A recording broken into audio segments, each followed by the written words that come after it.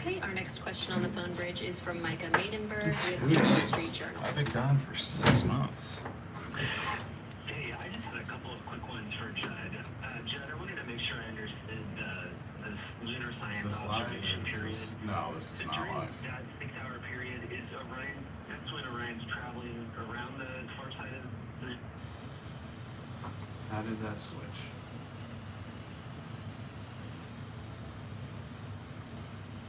Okay, what happened?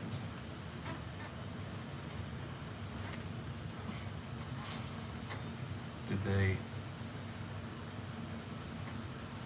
Isn't H1B in charge of the live stream? Probably.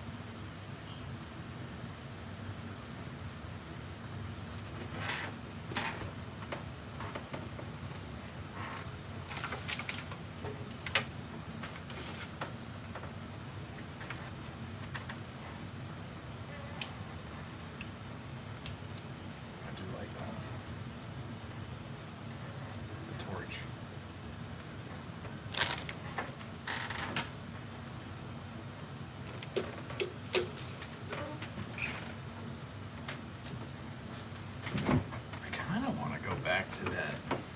Nope, I'm not even gonna say it.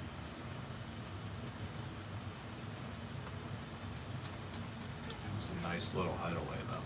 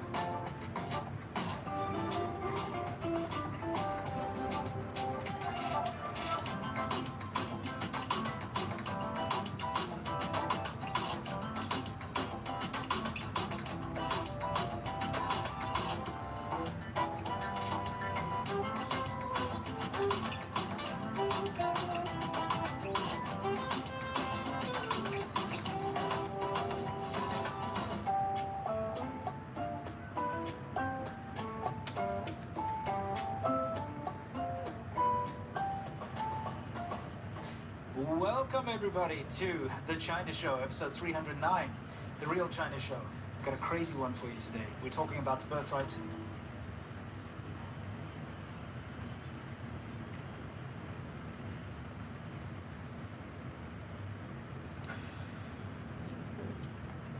Citizenship thing.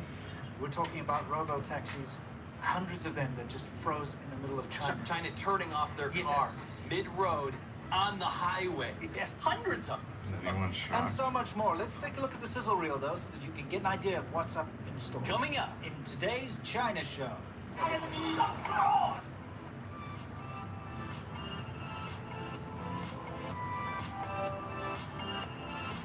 有人来到那行情就靠着行情一样的路把你买来了。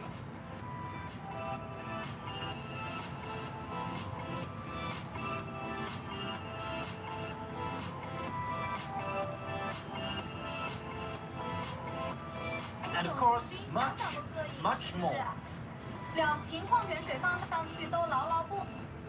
And much more is quite the understatement today, guys. I'll tell you Yes. this.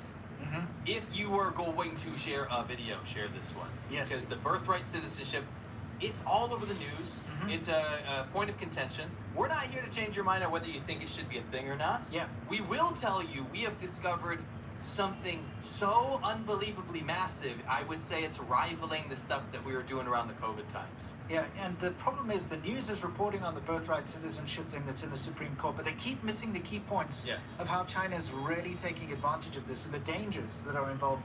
So we're going to be talking about it at length. But let's get on with the show and let's saunter into what's new, shall we? Absolutely. By the way, shout out to West Central Illinois 309. Oh, Welcome wonderful. to you today.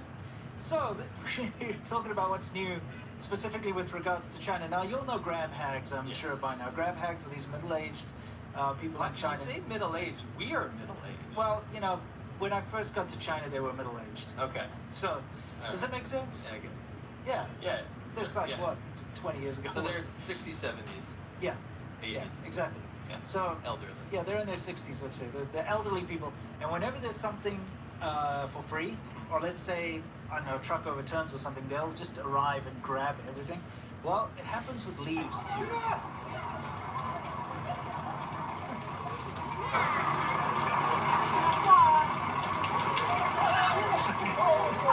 It's like a mad rush. Give me those leaves. So I was trying to identify the tree. Yeah. So I uploaded this clip to Google. Yeah. I'm pretty good at plants usually, so I Sure. wanted to see what it was, right? Google had to go out of its way, or whatever I use, had to go out of its way to tell me, just to make sure. I said, what is this chaos, right? And what tree are they picking? Yeah. Right? They said, what does it say? For many older people, especially in rural areas, wild plants equals free food. There's often a first come, first serve urgency. Once the person starts harvesting, others rush in so they don't miss out.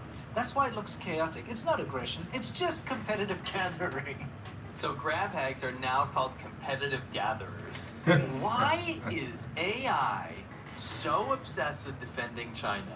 I've found that a lot. Just, it defends honestly, anything, like, if you no try to ask it matter questions how about- chaotic. Watch this. Let's think of something. Okay. Listen to this. Okay.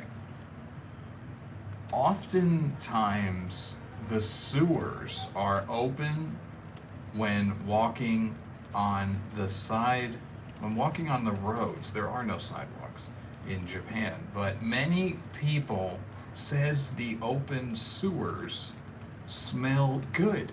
Why is this? It's going to say the sewers smell good.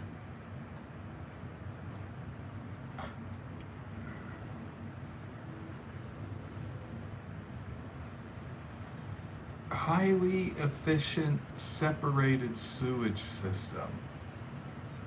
The good smell is because of the fresh water and the koi fish.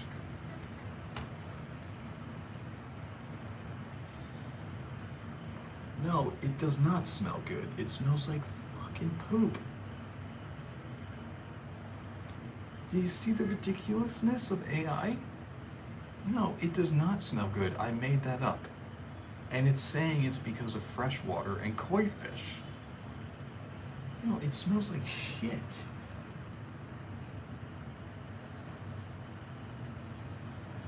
And AI is saying that the sewer water smells good because of the koi fish. Come on. I just made that up that it smells good. It smells like shit, guys.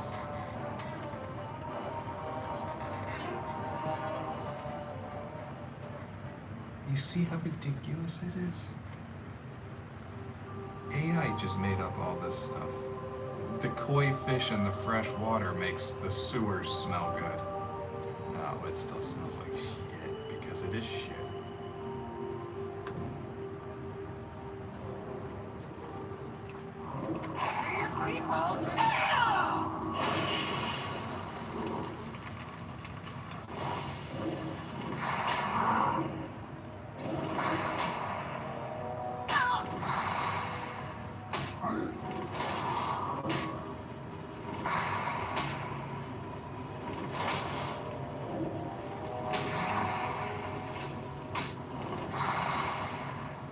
Like literally.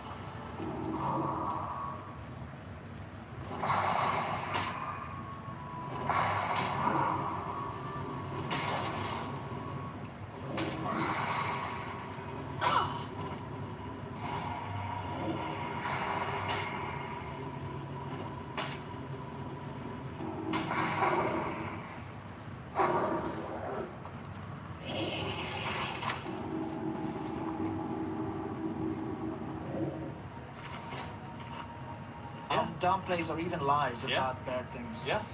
We're going to do something about that in the future, though, Yeah. because we've both been doing quite a lot of research and we put together a lot. But it's time to move on. Just competitive.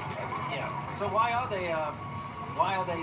Oh yes. Sorry, that's probably the Yeah, most so what, important like, part. what's going on? That's a willow tree, and the willow leaves when they're young. They're small willow leaves, right? They're tender. They make food. They make them into chao cai, like a fried, stir Fried fry. vegetable type. Or they'll steep them, Which one or is they'll this? eat them. 309.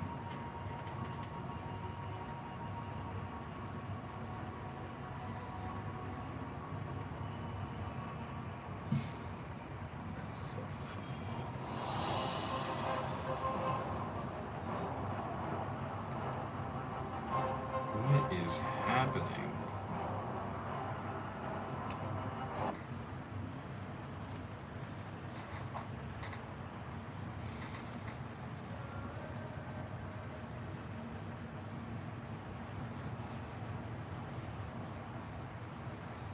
See what it was, right? Google had to go out of its way, or whatever I used, had to go out of its way to tell me, just to make sure. I said, what is this chaos? Right? What tree are they picking? Yeah. Right? They said, what does it say? For many older people, especially in rural areas, wild plants equals free food. There's often a first come, first serve urgency. Once the person starts harvesting, others rush in so they don't miss out. That's why it looks chaotic. It's not aggression, it's just competitive gathering. So grab bags are now called competitive gatherers. Why is AI so obsessed with defending China? I found that a lot. Honestly, like if you try to ask it questions, it downplays or even lies Yeah. about bad things. Yeah. We're going to do something It'll about that in the say future, Saddam because we've both been Hussein doing with quite a lot of research and we Jesus. put together a lot. But it's time to move on. Just competitive gathering. Yeah. So why are they? Why are they? Oh yes. Sorry, that's probably the most So what, important like, part. what's going on? That's a willow tree, and the willow leaves when they're young. They're small willow leaves, right? They're tender. They make food. They make them into chao cai, like a fried, stir Fried fry. vegetable type. Or they'll steep them, or they'll eat them. And the reason they do that is it actually calms down heat. So if you believe in Chinese medicine, TCM, Qi. traditional Chinese medicine, your qi is too hot. Yeah. This will bring down your qi in the when it gets warmer out. Do you think it tastes good? Willow leaves? I mean, there are many leaves that taste fine. I'm sure this one doesn't. I think you're right. I feel like I've chewed on a weeping willow before and I wasn't happy. Isn't that Harry Potter? I've never chewed on a. I was just trying to think. I've never chewed on a weeping. Why not? It's right there. It's hanging, just dangling. I never had a weeping You just willow. like, You know, I had oak trees in my. Oh, okay. And sugar maples. okay. Well, there's enough of this. Yeah. I mean, why not? They're ripping a tree down. Yes. Listen, when it comes to workplace safety in China, this is what you can expect. Look at this mad lad. So. He wasn't even holding onto the wall. He's got no safety harness. He's also doing a terrible job. Yes. He's like sweeping these ledges, Yeah. and he's barely doing it because he's gonna die. I look, honestly, why don't you just put a pole on the Yeah. broom, make it Yeah. longer, and then stand in safety and do it? Or get a sick blower. Yeah, exactly. Water Yeah, exactly. This will help you get to where you need to go. Okay, the elevator's that way, apparently. Oh, that way. I just love that. I thought that was great. Yeah. I do want to say positive. I'm sorry. Yeah. That spinny thing. Yes. Some of the comments I was reading, it was like, I'm sorry, can someone explain what's wrong here? I was like, oh man. Yeah. You know, the arrows are moving around. It's Yeah, supposed to point you in a direction. But I think people Yeah. figure that out. This. Yes, it's a sushi restaurant in China. First of all, to eat sushi in China is brave. I did it a lot. Why? Well, you know, Why did we do that? I don't know. That's so dumb. That is like ground level. Yeah, I mean, look, especially if you go to the fancy malls, you have this idea that it's probably safe. It's not. Anyway, especially not safe when there are rats in the sushi. The thing is, like, those kind of rats are incredibly common in China. I've seen them in a lot of restaurants. Literally everywhere. Yeah, I mean, it's like just par for the course. If you're in like a normal restaurant, not in a mall or something, you'll see these all the time. Yeah, it's really quite terrible for the owners because they constantly have to try to chase them away, but these rats are really consistent. Get scared. Yeah. That's what you want next year. Hey, that little cat, like, mascot, maybe the cat could be the rat. Yes. This guy's getting ready to stream. Yeah, these fishermen. Oh, Alas. I'm sorry, but I don't feel sorry for him at all. It serves him right. The way he kicked up his shoe. Is this a skit? It's gotta That can't be real. be a skit. Yeah. Oh, poor guy. Yeah. So this guy's got a cold. Okay? Pause that super quick. He's got a glass full of baijiu, Which is on fire. which is on fire. You know how you light flambe that? Yeah, he flambé the You baijiu. flambe it? Yeah. And he has chili peppers in his nose, and he's doing this because he wants to clear out his nose. Brutal. Okay. I feel like this is a bad idea. He's smoking a chili pepper. He's not through his smoking nose. anything. Okay, well, He's medicinal. It's TCM. Yeah, exactly. Whatever you want to call it. That looks. He's crying, you know. Oh no! Shh. Come on. I know, it's a bit much. Oh, okay. So, quick little update on environmental stuff in China. Yeah. You know, before we get into our main topic here. This is on April Fool's Day, but this is not a fool thing. Okay. This, of course, is in Maoming City. We've been there in Guangdong Province, and this guy came across them dumping these foul-smelling chemicals near his village. You know, just 女人嚟多啦， yeah. 是吧？女人嚟多啦，行政就靠住啫，行政。 He's speaking Hakka, by the way. Which we don't understand. Yeah, we don't understand Hakka. It's very interesting language. Anyway, My wife can speak it. yeah, 人嗰度嗰啲咪係咯。 this is fairly common because here we have a brand new development, as you can see in the background.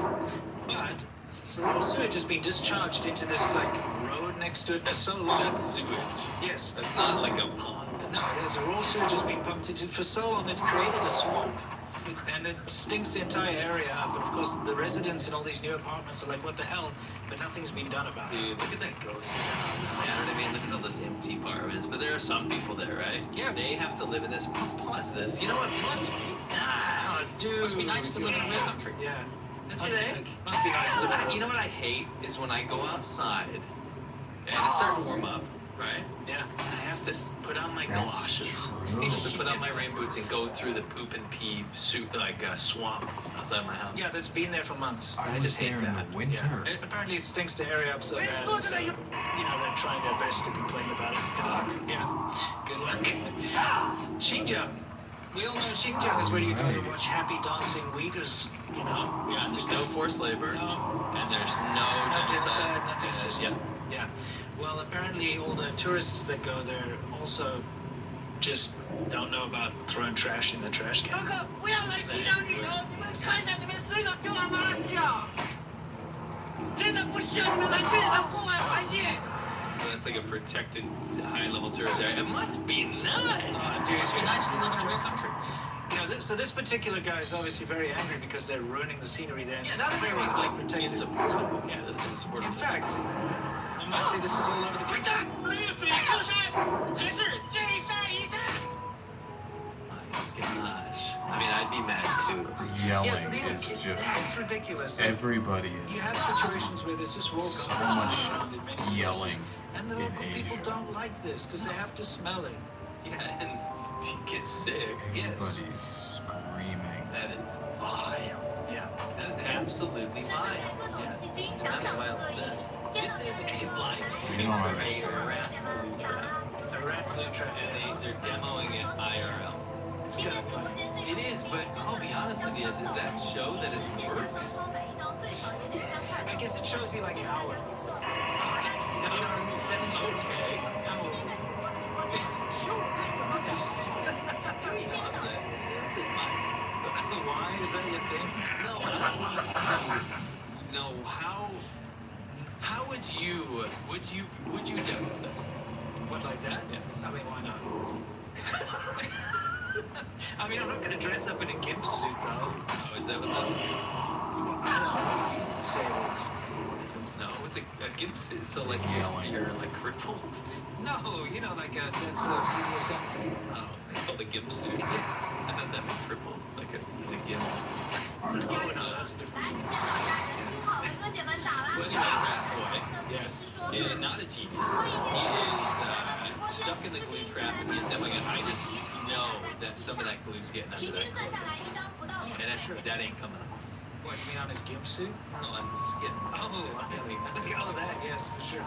I remember, by the way, before we show this clip, and this was on Junction, down to the That was they had this market. Now, I'd seen this before, but they had this market where everyone's there. I got photos and video of this, actually. There's a guy selling rat poison. But his marketing for selling the rat poison is he had like a tarp gravel that had hundreds of dead rats. Yeah, see, like, look at my rat. So he's like, look at how effective this is. It kills rats, and he literally just has rat carcasses. Yeah, dude, I mean, it was so gross. You know, he's got the. Yeah, yeah, exactly. But it was a real dead rats. And just like rotten dead rats. They're like 100 of them or more. I mean, that's a good demo. Yeah, and he like wraps it all up in his tarp and carries it in like a sack. It shows you what a serious rat problem we're trying to have. Oh, It's out of control. It's rat rape. So this has recently emerged. This is apparently a demonstration. They're demonstrating what looks like an APC or a tank here. And you've got all the observers up on the hill watching. This is, again, still China's helpful. military equipment, which we know works so well that it can stop incoming It's like a mortar. F-35s. And actually, no, it doesn't. Yeah. Yeah, so anyway, this is a demo, and they're walking there, and accidentally they launch a smoke bomb. So those are the people watching. Yeah, all the observers. They were fine, by the way. You take your chill out. they were fine. Also, why was it recorded? That is so. There was a camera right there. I hope it was tear gas. You know what I mean? This place is so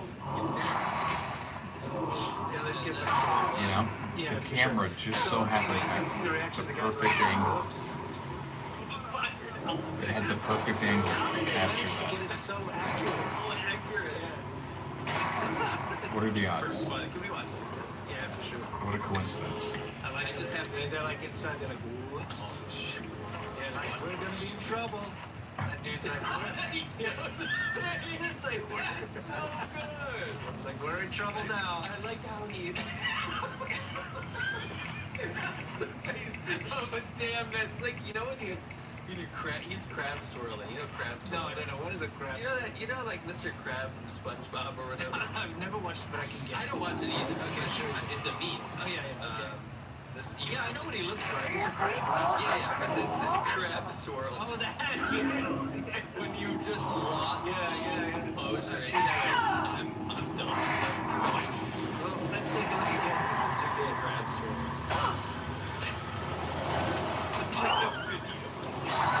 It's so freaking I'm sorry, but that looks very satisfying as well.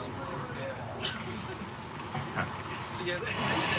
This is our great new military tech. Yeah, you have like these foreign fires or something, right? And Who knows what they're you here? fired. Yeah. I guess it shows it works. This guy crab swirl. He's like, I'll try. Oh, I missed it. Sorry. Oh, there's like a whole bunch of them in there that I got. Crab swirl. Yeah, exactly. You know when the blood rushes out of your face, you're like, I'm dead. Yeah, exactly. You see, you retreated very quickly back into the ABC, or tank or whatever it is. Okay, over here, look, the whole Iran thing is still very much affecting China. These are people loading up barrels full of petrol, or gasoline, as some people might call it. It's hectic. Massive lines. We've been showing you every week. This is not going away. And one thing that people don't seem to realize is everyone's like, China's fine, they all have EVs and stuff, but they don't understand that China's main source of energy is coal and oil. Yeah. You know, all the solar panels and stuff is just like an added bonus, but that's not what actually runs their system. Okay, now guys, we're going to get into the birthright citizenship thing here. Very important, some crazy stuff, and of course the robo-taxis. But first we have a word which we would like for you to see. Spring is when life speeds up. Travel, packed weekends, changing routines, all of it. And usually that's when healthy habits start falling apart. That's why I like keeping AG1 in the mix, because it makes my morning routine way simpler. Instead of juggling a multivitamin, probiotics, and a bunch of other supplements, it's one scoop in cold water, and I'm good to go. AG1 combines vitamins, minerals, probiotics, prebiotics, and nutrient-dense whole foods into one daily health drink designed to help fill common nutrient gaps and support whole body health. For me, the biggest thing is the steady daily support. I absolutely love AG1. I've been drinking it for ages now. And I honestly would feel like my day was missing something if I didn't drink it.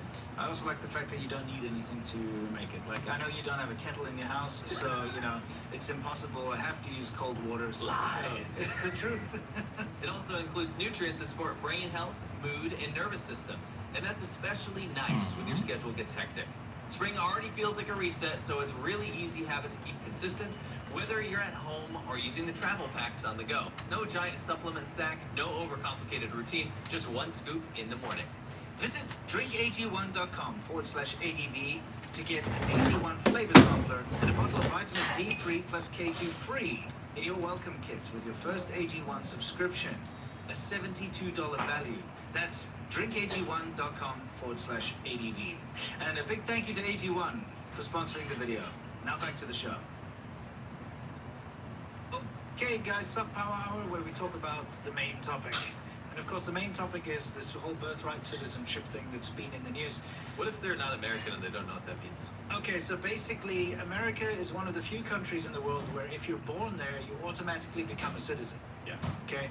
That doesn't happen in most of the No, world. I mean, even in like very progressive countries like Sweden and stuff, that's not a thing. Yeah, and when I say that is, of course, if you're born to an American mother or Yeah. father, you will become a citizen. But if you basically are an illegal alien, or if you're just a tourist and you give birth inside of America, your child becomes an American citizen. Yes. And you can imagine when you've got a loophole like that, the Chinese government and Chinese people in general are going to take advantage of it because it's there. Why not? Yeah.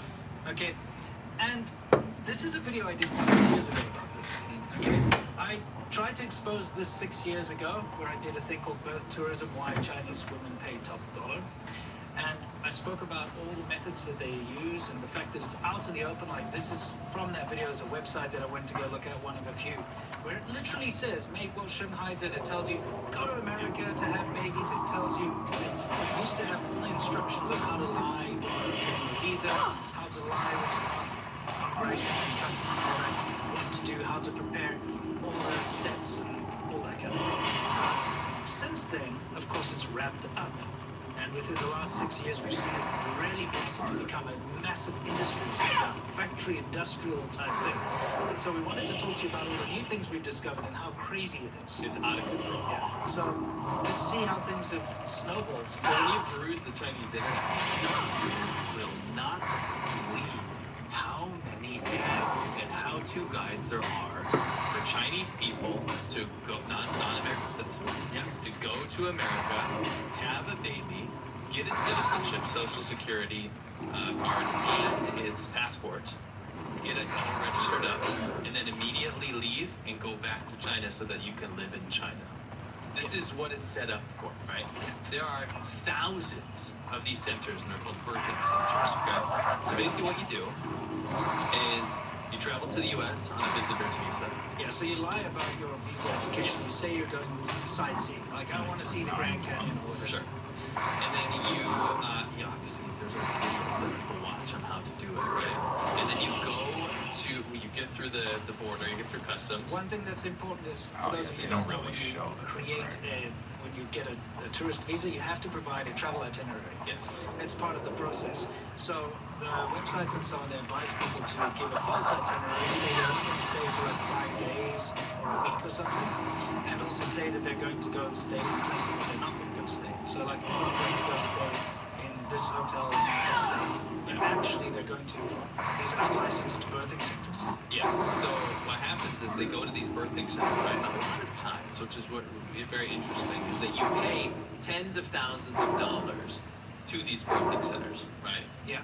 But a lot of people, when they give birth in the hospitals, are actually not paying the hospital. No, they and the don't. birthing center, some of them do, but some of them don't even pay the hospital, because why would you pay the bill for giving birth to your child if you could just run away back to China?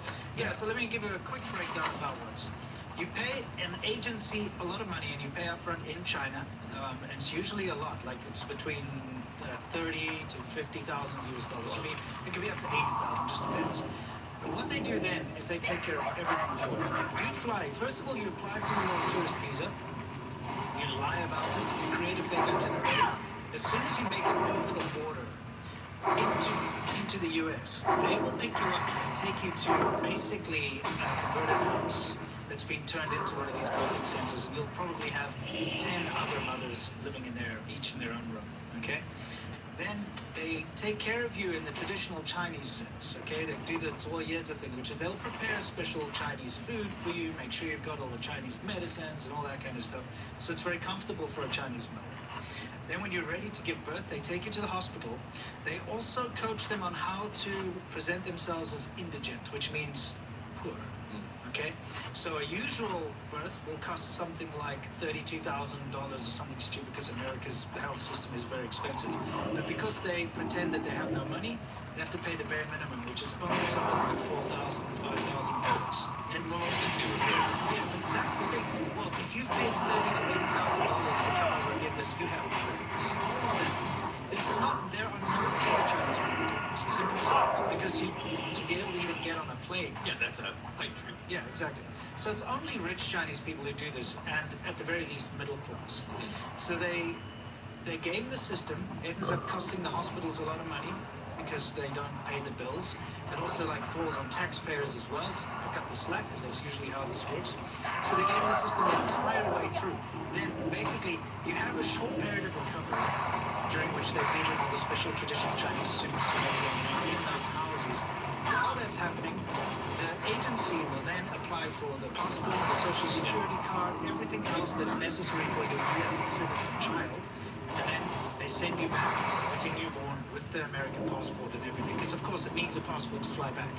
And I saw this firsthand the second time I came to the States.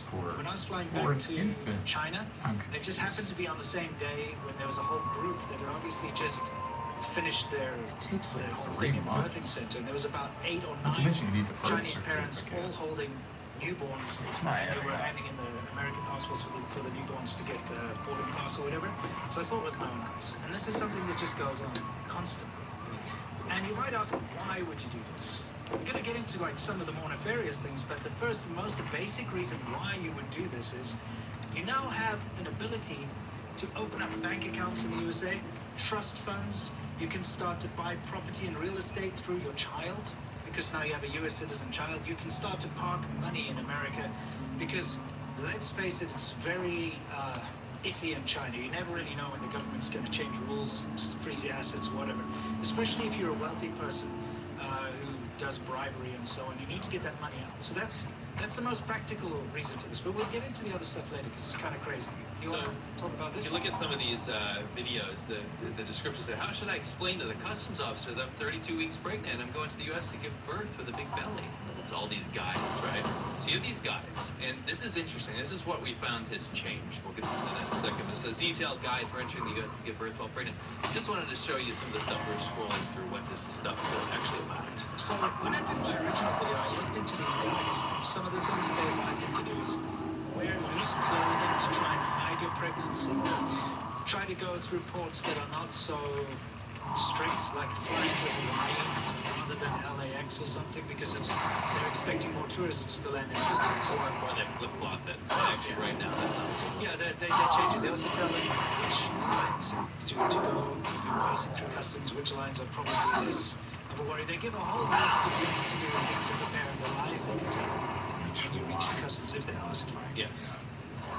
So let's look at some of this stuff. This was nuts. This really opened our eyes to how big of a deal this was, and the sheer scale of it, right? So these are some of the facilities, right? These birthing facilities. They'll say, hey, come to whatever town. You're right next to a mall. You're right next to shopping. It's super comfortable. We'll take care of everything for you. Don't worry about a thing. You know, it's actually kind of framed as like a luxury vacation, and that's kind of how they get past this too. Is that if you just say, oh, this is like a luxury resort or something, it doesn't really matter what's going on. So getting some customers in and making sure that they feel comfortable or whatever. There's lots of different ones. In fact, there are so many, it's not even funny. And they go from cheap, weird in a garage setups to like absolutely insane, luxurious, spa. Where you stay in like a mansion. Exactly. So you have people that have their testimonials and stuff about how they did it. It was so smooth and everything. And really, most of these people's goal is to get their child immediately out of America and all that paperwork. Oh, they don't want to live in America. People get confused. They think this is an anchor baby thing. It's not. By the way, anchor baby is a big load of rubbish. I know this firsthand because I have a child who's American. I cannot become a citizen because my child is a citizen. I have to wait. People think that. I have to wait till she's 21, and then she can sponsor me. So you think I'm going to wait till I'm 60 or whatever that is? Like an old man, then I'm like, yes, I can finally use this anchor baby privilege. It's not. It's not anchor baby. They want a U.S. citizenship for their child so that they can do lots of things that have got to do with money, Savings investment, accounts. and also lots of dastardly things, which we'll talk about. Has nothing to do this with the whole kid. guides, right? This Yeah. whole They're it's like using perks. their They kids. actually try to sell you on the idea too. For So they'll free. put these videos on the Chinese Has internet and say, nothing to look at do how with the actually child. it's awesome to get citizenship for your child So true. in America. And this really is an affront to a lot of people what they think about start China. fake They think, why would businesses. China want their Yeah. citizens to see freedom free in a couple weeks? It has Get nothing citizenship to for do their with child. They citizenship for love them. this. This is a CCP goal. They use It's it in as a fact a weapon. main tactic of Yeah. China to take over or infiltrate the West, bioweapon. especially the U.S. in the future. Oh yeah. Because if you have hundreds That's of so thousands true. of new American citizens that didn't go through the American education system, they didn't experience freedom and American values, and they grew up in literally most of them are like Communist Party affiliated. Of right? course. They grew up in this situation. They can now China wise to go back into America to not only set up businesses to take over education centers and infiltrate stuff like that, but they can literally become politicians. They got born in the U.S. They can become president of the United States. Whoa. It's insane. In fact, that's not far off of. Yeah, we have a story about that. Yeah, so again, just to bring it back to your point, when they fly here to do the birth tours, they don't speak English. They're met by Chinese-speaking people who take them to a house where they just do Chinese traditional stuff. They don't actually get to explore America or do anything. They just get to be birthed and they fly straight back. So now the children that are now American citizens, they are now not exposed to America. They grow up in the Chinese educational system, all the propaganda. They get force-fed to believe the party that America is your enemy and all that kind of stuff. But now they have the citizenship. It's also not hypothetical, right? It's kind of speaking like it's like, oh, maybe that's what will happen. It's an actual like asymmetric goal of the season. It's 100%. Anyway, let's take a look at what this guy has to say. We've identified more than 1,000 Earth tourism companies that are almost exclusively focused on the United States. Our federal government does not track this information because there's no centralized collection of information on the nationality of parents who are giving birth. China, however, has done estimates themselves, and the numbers are eye-popping. The Chinese government gave an estimate a few years ago. Their estimate was that on average 50,000 Chinese citizens a year were giving birth in the United States or at U.S. territories like Saipan. There are others like Professor Salvatore Barbonas from Australia who believes that number is higher. He's estimated 100,000. There was a research firm in China that estimated in 2018 alone 180,000 managed to give birth in the United States. No one knows what the actual number is, and that is the challenge that we face today. If you do the math, if you look at the ramping up of this activity over the last 13 years, and you take the estimates, you're looking at roughly 1 million quote-unquote U.S. citizens who are being raised in the People's Republic of China today. If you look at the websites of these Earth tourism companies, they will tell you who is hiring them. These are not political dissidents. These are military officers, people from the Ministry of Propaganda, people that are high-ranking officials in the Chinese Communist Party. In other words, these are part of the CCP establishment. That's right. It's wild. So you looked into this 6 years ago. Yeah. So we looked into it again, right? The exact same style website's still up. In fact, let's translate this one. What is that, Fat Daddy? Yeah, Fat Dad. So this one goes and helps people like figure out how to do this. Right? And there's an interesting shift. There's an interesting kind of change in language with this, right? Yeah. So it says USA Visa. In fact, you have more than one choice, right? Okay, we're using this website because there's a few things here. It's interesting. So they go into what they do. They explain why it's good for a child to have an American citizen. I like one of the big reasons they say is the citizenship can never be taken away. Yes. It's one of the selling points.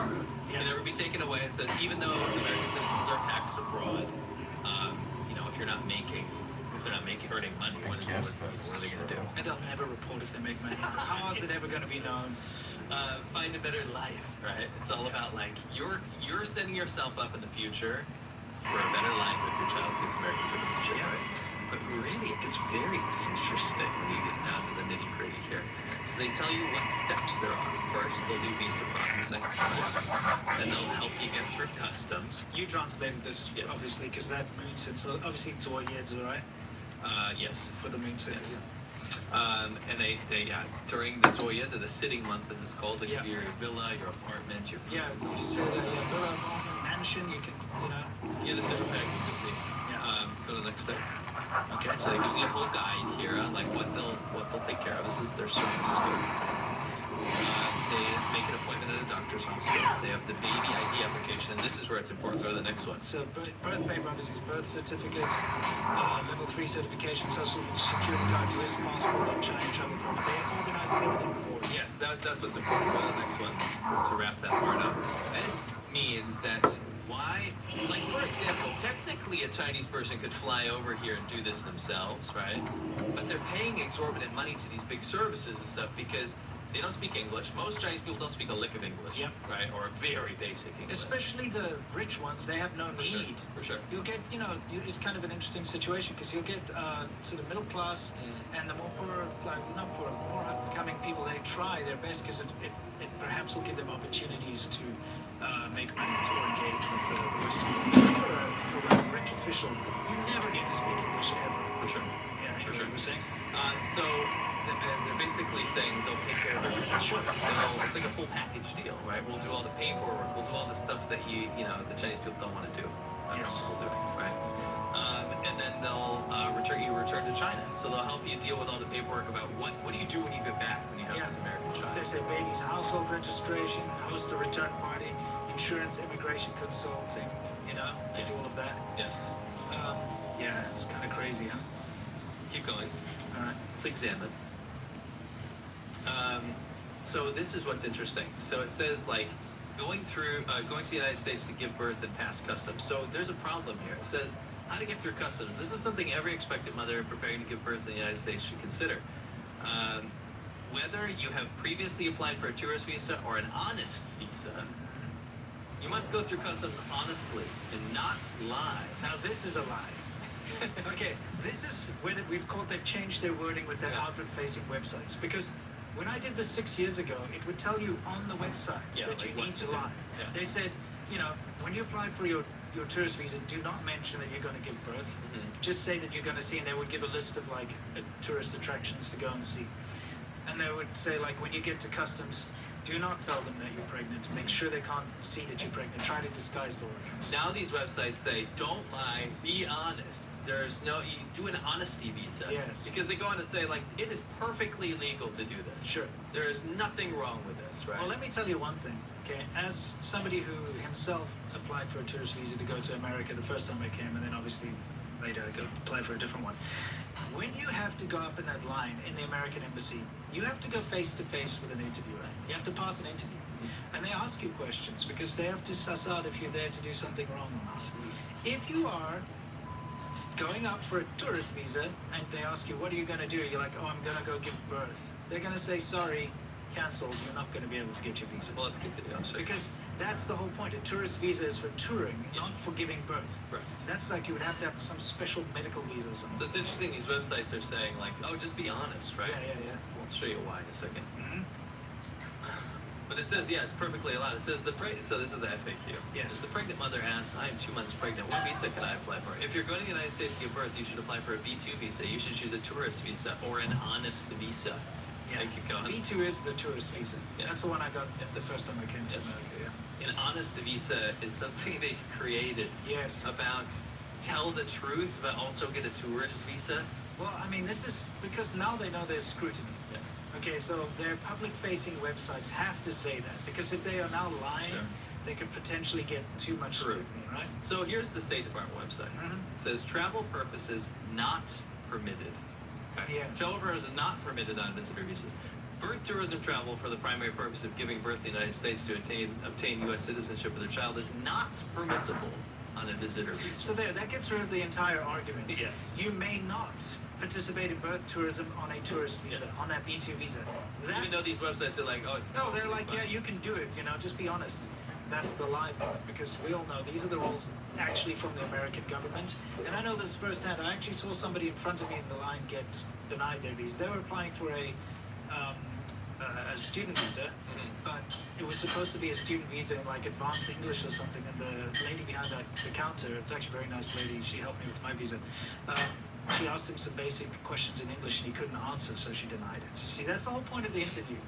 And it's very important. They do an incredibly important job in the embassies, the American embassies overseas, because they have to basically filter out all the very obvious scams. But it's very easy to trick them as well, because imagine everybody wants to go see the Golden Gate Bridge For sure. or the Grand Canyon. Grand Canyon or Yosemite or whatever, you know, so they're going to have that in their itinerary, and it's all fake. And how do you tell? Yeah. Especially if they're not showing that they're pregnant. True. Anyway, So what's interesting is that caught me off guard. I was like, why are they telling them just to tell the truth? There's supposed to be something more to this, right? yeah, so Well, first of all, let's see what happens if you try to do the birth tourism thing and go through. and get caught. And then they say, yes, I'm here to give birth. Let's see. Yeah, because basically what we're going to show you here in the annoying smoking couple's living room TV over here is, this is from a number of years ago, but this is a situation in one of those shows where they actually caught someone lying about coming, and it turns out they actually wanted to give birth. Let's see what actually happens. So it ratifies How it. come she wants to give birth in the United States? Okay, so she plans to have her baby here in the U.S. Where's she gonna have her baby? She's gonna be at a birthing center, or we're gonna be at a hospital? A birthing center. But she's not going to a hospital. No. Most birthing centers here in the U.S. are not licensed as a business, so they're somewhat illegal. How much are they charging her to stay there? 所以在月子中心差不多要收费，怎么收费法？$30,000一个月。是。So she said like $30,000 a month. They charge her $30,000 for 1 month. Okay, so after she has the baby, then what's the plan? 回国。She will go back to China with her baby. Did they ask her was she pregnant when she went to apply for her visa? Not really. How come she didn't tell the embassy she was coming to the U.S. to give birth? Did she try to hide her pregnancy? 因为他们跟我说，就说是绿种。She was told it's easier to get visa.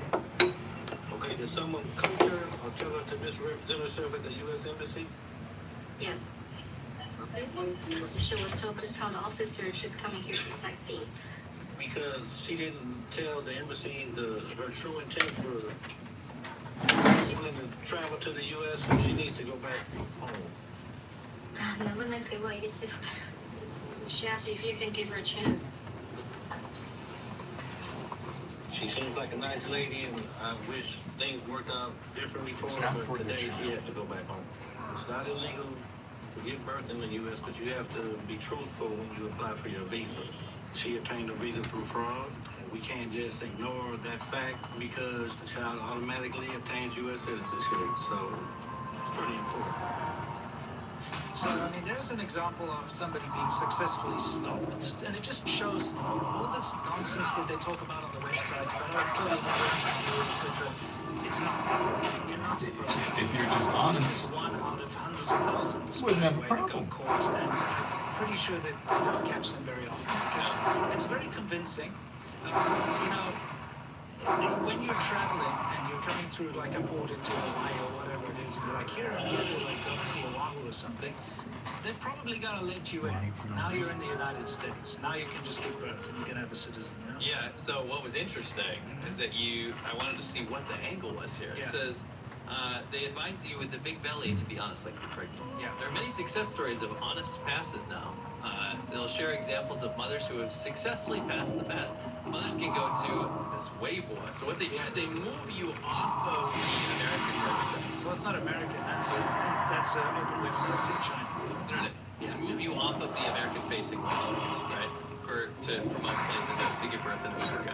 And they move you into Weibo and they move you onto WeChat groups. Yes. They move you away into these Chinese platforms so that you can see all the stories on how to actually test the things. They hide it. Exactly. So before, like you said, they would be very overt and say, don't do this, lie about this, say this. Now they move you over elsewhere to like another, and it actually turns in, it's this big coaching platform. So they'll actually get people into another money-making scheme. It's not like just to get to the birthing centers. Now there's a money-making scheme about how to pass customs. So you pay for their course. I mean, think about it like this. It's kind of if you had to pass an exam, I don't know, to become a forklift driver, let's say, okay? And you go to a company that specializes in getting your forklift license quickly, and on their website they're like, you will sit the federal exam for forklift driving. But just go to this particular center on a Wednesday and ask for Steve, and he'll make sure that I mean, so that you go and he just gives you a fake document. Yeah. Second. So they, like you say, they say, oh, be honest, but first contact, go to this. This is one of the Weibos, and then these Weibos are going to tell you how to lie, how to cheat, how to steal. Or who to talk to, who to pay to be coached. Yeah. Was that we lied, we cheat, we stole? Yeah, that's like classic. Yeah, the classic. Classic quote. Look at this in the Q&A. What is there in particular to pay attention to during your testing? Preparing passing materials is the top priority. If you choose this team to assist you through customs, we'll prepare professional customs clearance materials for you, and it will work very well. You can follow the Weibo and WeChat and share examples of visas and customs clearance every day. So they're promoting this service where it's like a bunch of people, it's like a community. It's like, I did this. No, I did this. Oh, don't do that. Yeah. But I also found these videos on Douyin, the things you were scrolling through before. Yes. A lot of this stuff's on there. Yeah.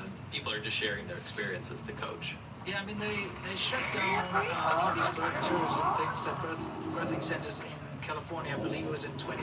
So it's called Happy USA, Happy Baby or something. And part of the thing when they actually shut it down is they found that the instructions they were giving their clients was to lie to customs and lie for your visa application and how to disguise that you're pregnant when going through customs. It's a big part of it. It is, yeah. Let's say like you get reimbursed or whatever. Well, you get an extension if you don't get through for 6 months. Yeah, it's like sometimes they might let you in but only give you a short stay on your trip.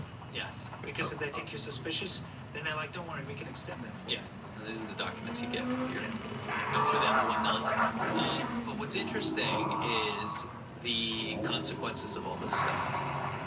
But look at this, by the way. Child package A extreme package. What is this? Cool Ranch Doritos? Luxury villa, private drive, customized VIP service, supreme enjoyment. Do you understand that they're turning an illegal criminal act into, because visa fraud's criminal, into a luxury package like a spa day?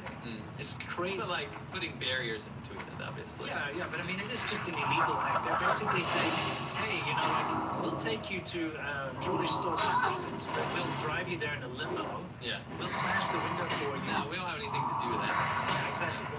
But you know, like, you go, you actually steal the items. Yeah, you do it. Yeah, but we'll make sure that everything's cool, and we'll package it up nicely for you and send it over. What is this, Tony Hawk's Pro Bird? Yeah, you see how they put a WeChat number underneath as well, so that's your contact on WeChat. By the way, WeChat, if you don't know, it's like WhatsApp and Twitter and everything all in one. It's the Chinese super app, and it's the way that crime happens in all over the world. Like, Chinese crime is facilitated by this because it's kind of a walled-off system. You cannot open a WeChat account unless you have a Chinese phone number, and you have to tie it to your Chinese ID or whatever. So like a random outside dude can't just gain access to WeChat. And then on top of that, it's the language barrier. If you can't speak it, you can't read Chinese, you won't be able to see what's going on. You also have to be invited to certain groups. So you basically will join the birth fraud group, and they'll tell you what to do. And they can say whatever they want in there. They can say treasonous things and, you know, plot terrorist attacks and whatever, and nobody is going to know about it. You know, nobody in the UK or the USA or whatever can actually access that. It's all controlled by the Chinese Communist Party. Yeah. So WeChat, which is this little green thing here, that's the logo, it's bad news, dude. It's a way to completely circumvent any kind of, you know, law enforcement, basically. Anyway, this is just how all this works. Yeah, But okay. Continue. So looking more into this, there's Federal other agents. methods, right? But this is an example of one that they busted. Yeah. Moving in this morning to raid what they are calling maternity tourism rings. The ring helps pregnant women, most of them in this area from China, illegally travel to the U.S. to give birth to American babies. NBC4's Hetty Chang has more from Orange County. Just after sunrise, they are ready to roll. Cameras are there as dozens of federal investigators storm into the dwelling. They got the SWAT team on it? 20 other locations they raided in LA, Orange, and San Bernardino County, double as maternity hotels.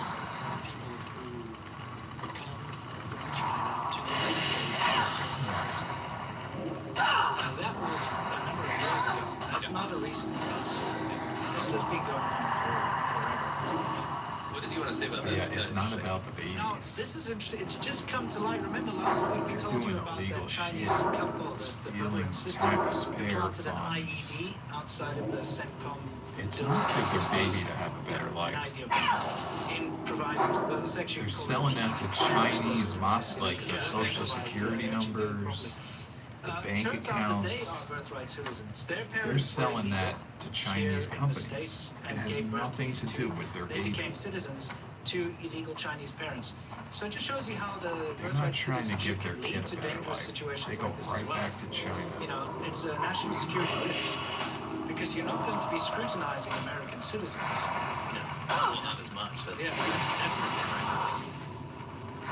And then they become politicians So 50 this years is the later. second flavor. There's three flavors. Yeah, and I must say, like, when I first made my video 6 years ago, I was just focusing on birthright tourism, birth tourism. Like, come here, boom, have a baby, fly back with the American passport, and the vehicle which has now given you that, you know, passport, which is a child. Yes.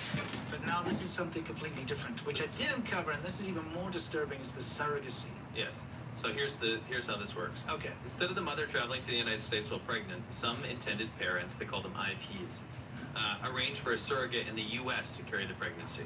That means an embryo is created through IVF, right, and transferred to the surrogate in the U.S. Yeah. The surrogate stays in the U.S. and gives birth there. Because the baby is born in the U.S., the child is now considered a U.S. citizen at birth. After the birth, the intended parents work through parentage and travel paperwork so they can take custody of the baby and then travel with the child. The child can then be taken back to China and raised there. Even though the child has U.S. citizenship, The U.S. recognizes dual nationality. China does not. China doesn't, yeah. The controversy here is different from ordinary birth tourism. In a surrogacy case, the mother may never travel to the U.S. pregnant at all. The key issue becomes the use of the U.S. surrogate, so the birth happens on U.S. soil. Another major complication is that the State Department warns that surrogacy is actually illegal in China, right? But guess what? Nobody cares. Nobody does anything about it. So basically, this is how it is. You hire a U.S. surrogate, you carry your baby, you go to America, pick up your baby, and you go home, right? It's quite terrible because you basically just ship your genetic material through the mail. You just like send it over, and then they impregnate somebody who's hard up for money over here, you know, because Or does it for a living. yeah, they pay like 20, 30, 40, 50 and then just go pick up your package. It's very like It's inhuman.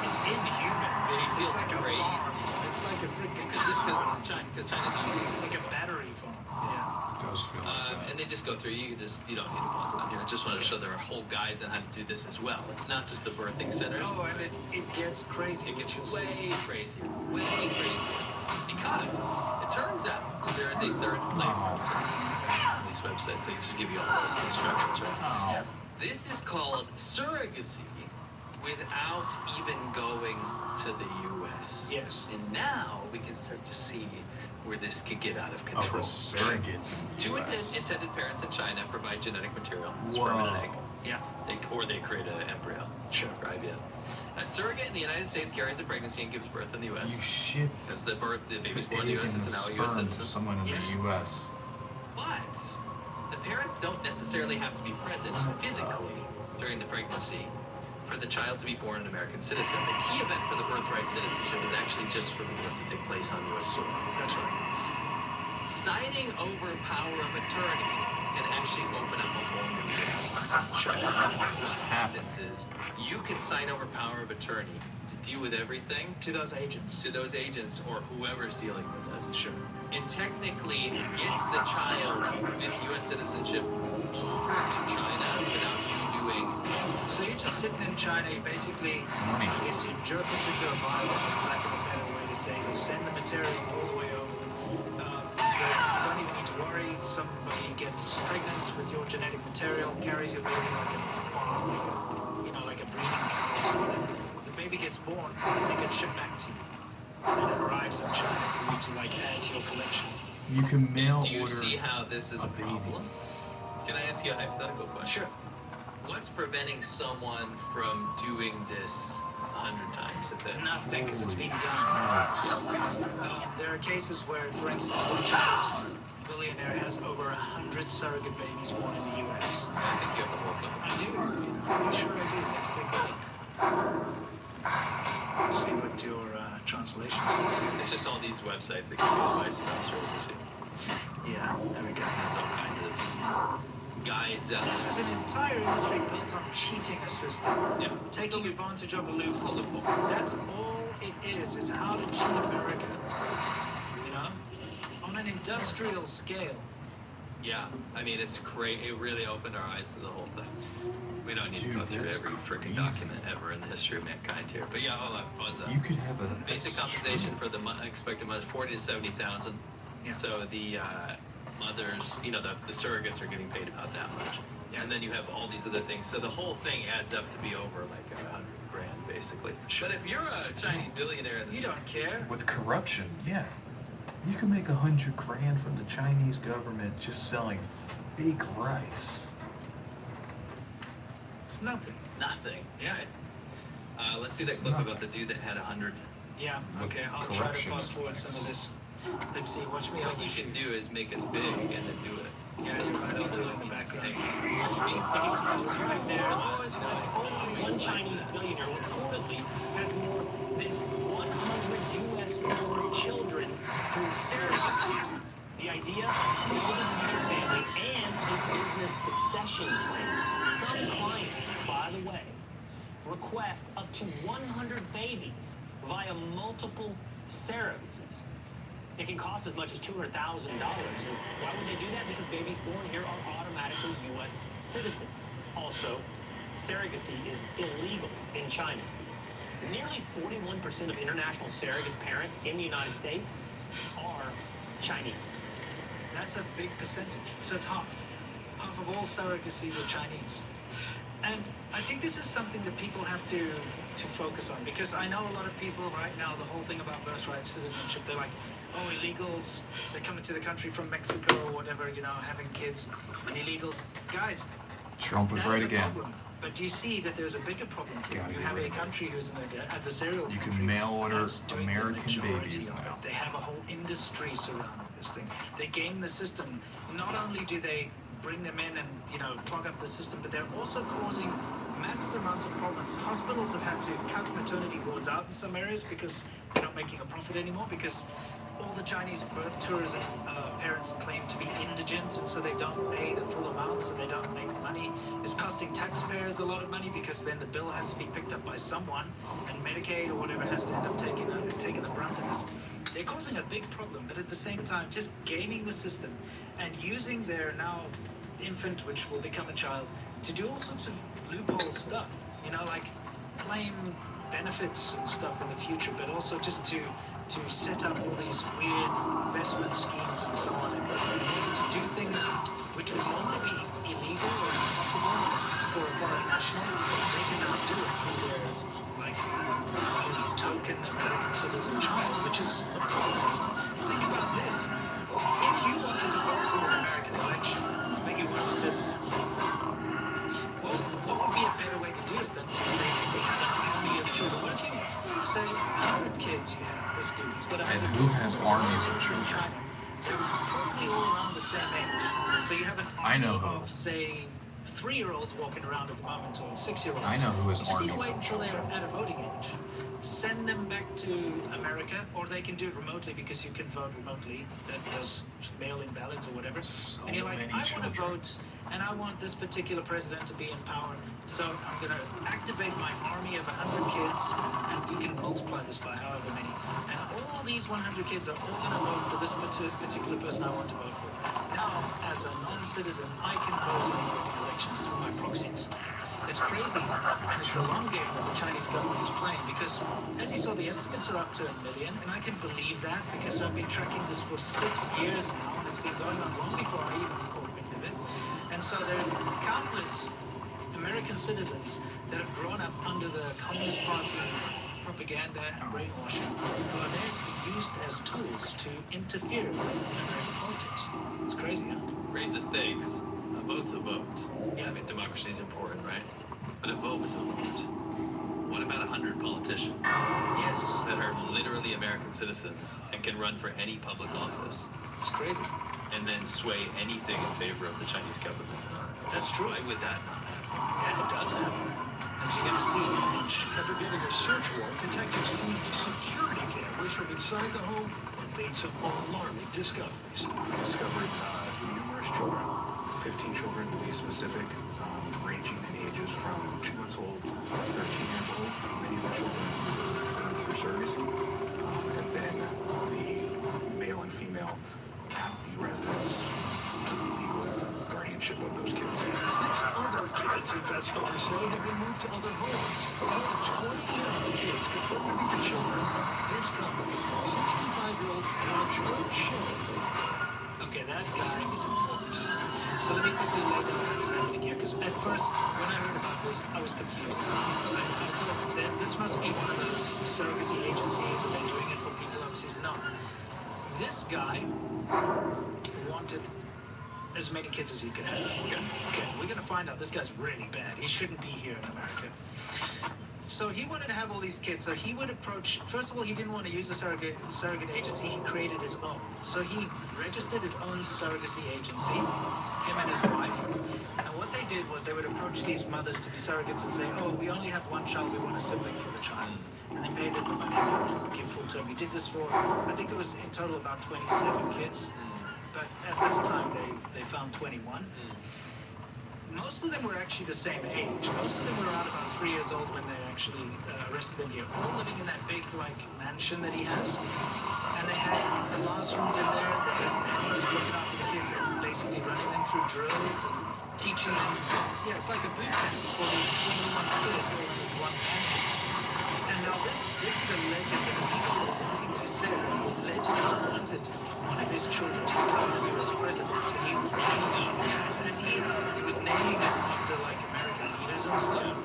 And so he wanted to basically raise his own army and have as many as possible US citizens to interfere with politics. That was his end goal. And now when you find out who that's alleged. Yeah, that's alleged. That's what the people that were working there said. But when you find out exactly about this guy, you'll be shocked. 65-year-old Guazhan Shen and 38-year-old Sylvia Zhang. They were arrested for felony child endangerment, but later released. Police have also issued an arrest warrant for their nanny.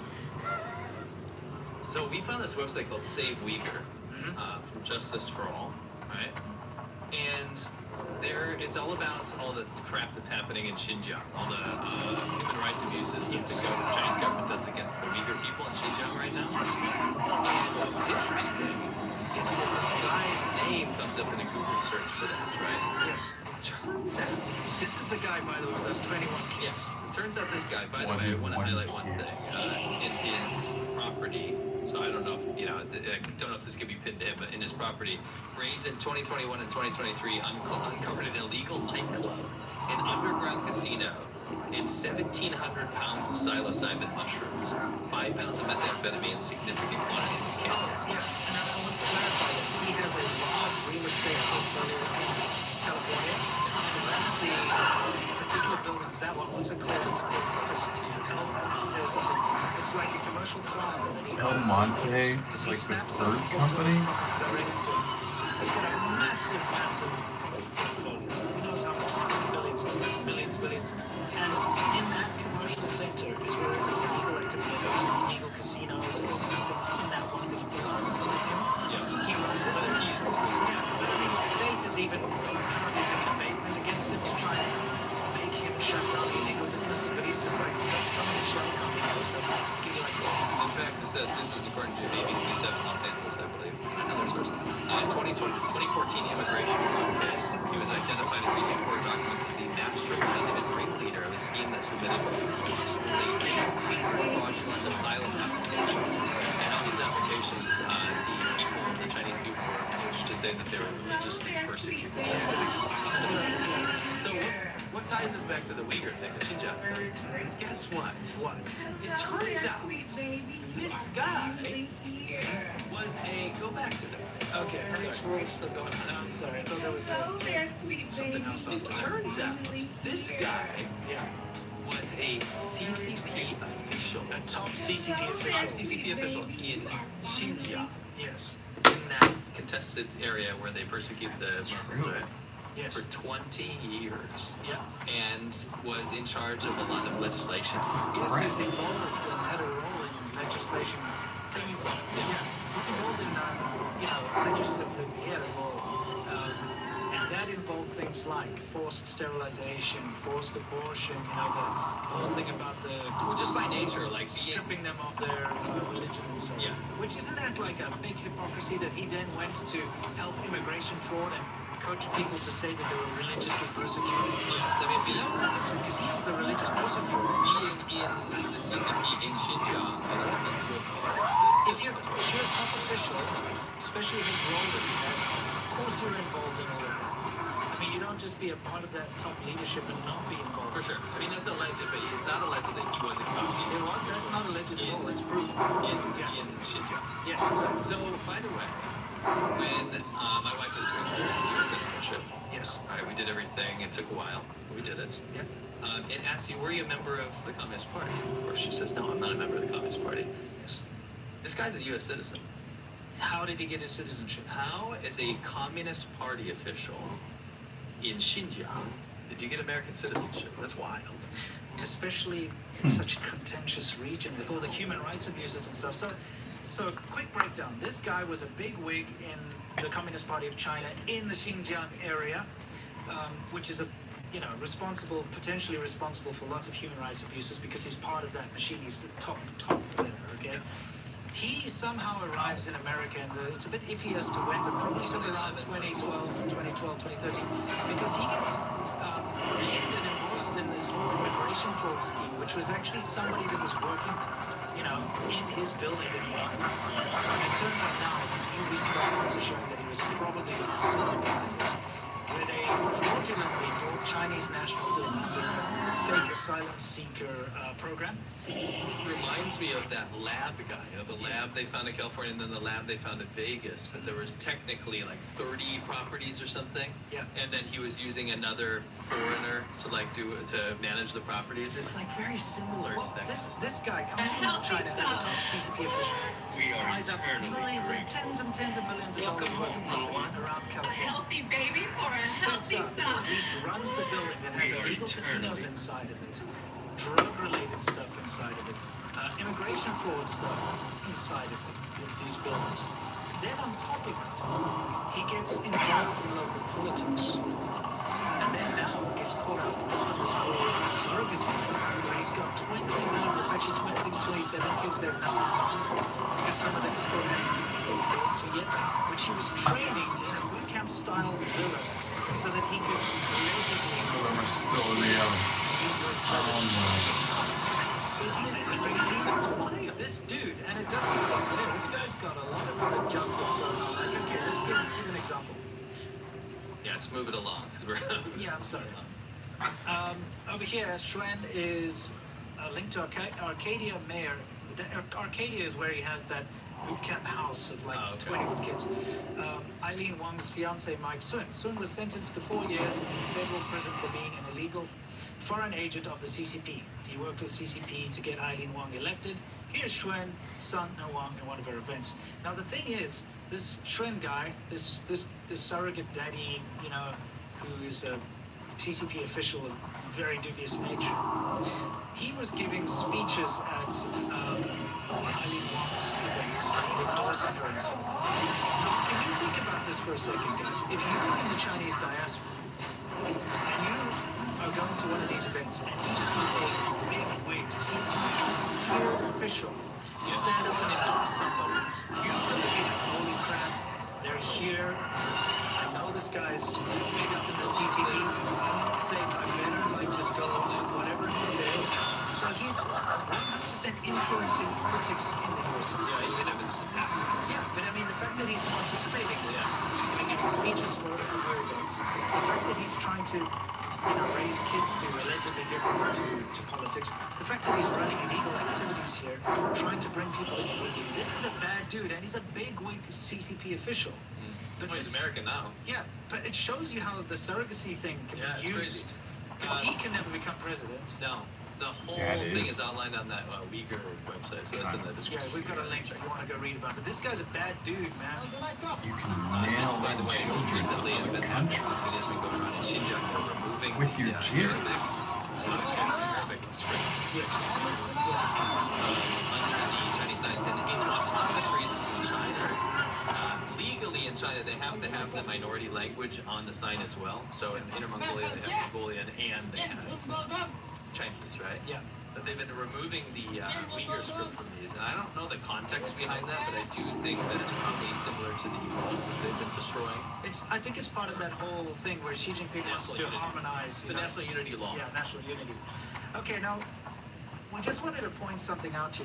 We've got this crazy amount of birth tourism, surrogacy, and all of this. This is the Chinese government and Chinese nationals taking advantage of the USA, either for financial gain, political gain, or whatever it might be. But it's not a good thing. You should not be breaking the law doing this kind of thing. This is something that I had to very much consider when I came to America. My wife became pregnant. We are living here. We're legal. We pay tax. We do everything. We're a legal status. So our child has to go here anyway, and she will continue to be here the whole time. So she is an American citizen. If I thought I wouldn't be here and I wouldn't be here for long term, I would have done that. I would have gone back to citizenship for But that's not the point. These guys are coming here so they can get that token US citizenship. Yes, and leave straight away. Now, do you remember that over the past couple of years, tens of thousands of Chinese citizens have been coming through the southern border illegally? since Window 2021, was scratched. the amounts of Ow. illegal crossings Yes. by Chinese has gone up 6,300%. That's a small amount. 6,300%? In 5 years. Yep. Okay. It started out, they were in the hundreds, then the thousands, and then the next year was 20,000, the next year was 30,000. Added up, It's asymmetrical documented, warfare. there's over 90,000 Yeah, in a documented. short period of time. Yeah. Not documented people, documented the illegal aliens from Yeah, China. because the ones that actually interacted with Border Patrol. Because Yes. once they cross the border, they surrender and say like, "Oh, I want asylum," and then they get sent off to Flushings. You know. Yeah. I don't know why you always add an S to that, but yeah. Whatever. This is Flushings. That stuff down the toilet. I don't know. It's weird. It's a weird name. Flushing, New York. Yeah, it's Flushing, New York. Guys, this is the tip of the iceberg. China has been running asymmetric warfare. So they're doing it through these birth centers and so on. This, was called Rouge, Yes. okay, which was a very outwardly open way. It was called studying how to basically run into America, right? So they'd fly to Ecuador, because Ecuador does not need a visa for Chinese people, it's visa-free. They'd fly to Ecuador, and they'd have a whole network set up there. They had fixers in Ecuador that would then set them up with guides that would take them all the way through the Darien Gap and get them to the border of America, and they would know where to get through the fences and then through, and then coach them on how to do it. So now you've got another, like, however many, at least 100,000, if not more, in the past couple of years that have been just absorbed into the system. Now the problem is, there are only so many illegal jobs that these guys can do, you know. But when I say illegal jobs, illegal okay jobs, like working in a restaurant, okay. But there are only so many Chinese restaurants, right? So then now, Gift card. now it starts to spill over into other illegal activities. We're seeing that so much crimes now being committed by mainland Chinese that you just didn't see before. Yeah.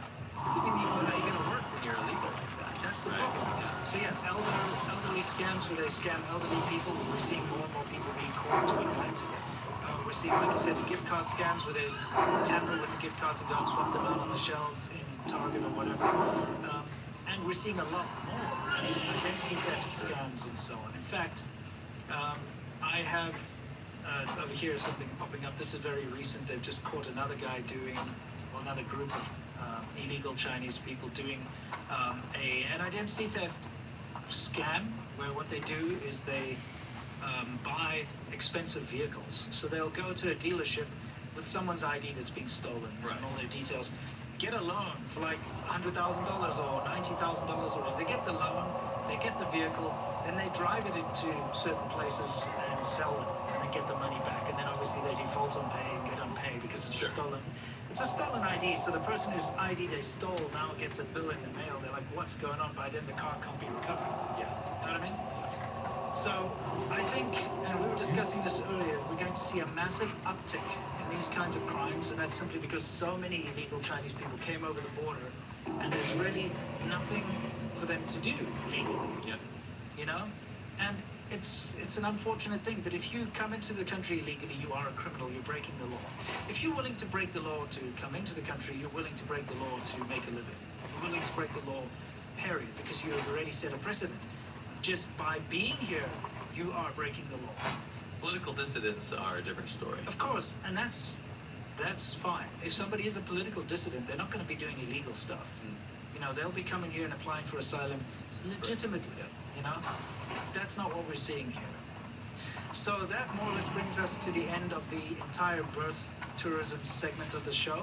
There's a lot more to discuss about it, but I hope you guys can understand the scale. It has become an industry, but not just a small one. No.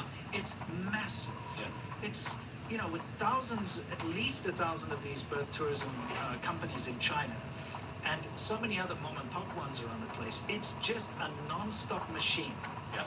At any given time, there are going to be Chinese parents giving birth in the USA and then flying back. There's probably like an 8 per minute statistic we could find. Yeah. But it's pretty bad, and it needs some attention. You know, I know it's in the Supreme Court, and you know, for me, it's close to home because my daughter's an American citizen, you know, and I'm not an American citizen. It's just the way it is. I am legal, though everything's correct. So I'm keeping a close eye on this, but I do believe that if you've got a person who's flying in just to give birth to fly back, that should not count. You know, that's my own personal take on it. Anyway, time for us to move on, guys, and talk about our merch, because this is the last week. Yeah, machine goes. The last This tank. We felt so bad that a lot of people missed the first round. We got at least 100 emails, people saying, "Can you please re-release it?" We did it for a couple of weeks. We did. This is the last. This is the last. Yeah. Not time. Today. I was If using you're watching this on Monday, it'll be the last day. Yeah, this isn't some weak sauce thing where we're like, oh, we're gonna bring it back now. It's a 2 week sauce. This is it. Yeah, it's a 2-week sauce. You're right. Because we had so much demand for this one, and a lot of people didn't manage to get it when we first released it, we made the decision. Yes. For limited time. The limited time is 2 weeks. And this is the last week, so if you really want to get your hands on a Hand Machine Ghost t-shirt, poster, or whatever, it's up on the store, which is the ChinaShow.com. It's fantastic. By the way, you know it's a problem. When we pulled it the first time, eBay resellers were selling this at twice the price. Yeah. This is a big deal. People like this shirt. It comes in comfort colors. It's all try different that. qualities you can pay for, right? This is not some crap fly-by-night merch. Yes. None of it's made in China. Yes. Fantastic. And it's hand-drawn. There's no AI used. It's hand-drawn by artist Dragon Elite. It's fantastic, as you can see. Who was the What eBay it is, seller? it's a statement. Oh, it was me. It's a conversation starter. Even if you are a shoji calling yourself a Hand Machine Ghost, a phone addict, right? Even if you are just scrolling, it says Jishu Shua in the background, keep scrolling. Even if that is you, it is a conversation starter. Yes. About how we are losing ourselves to the algorithm, to our phones, to scrolling. And I think it's a really, really cool thing. Not only does it look cool, it is a statement. It's fantastic. We have a surprise coming for our next merch, but we're going to keep that under wraps for now. But this is one. If you want this, you got to grab it. You're gonna have to deal with resellers if you don't. For sure. The ChinaShow.threadless. This is it.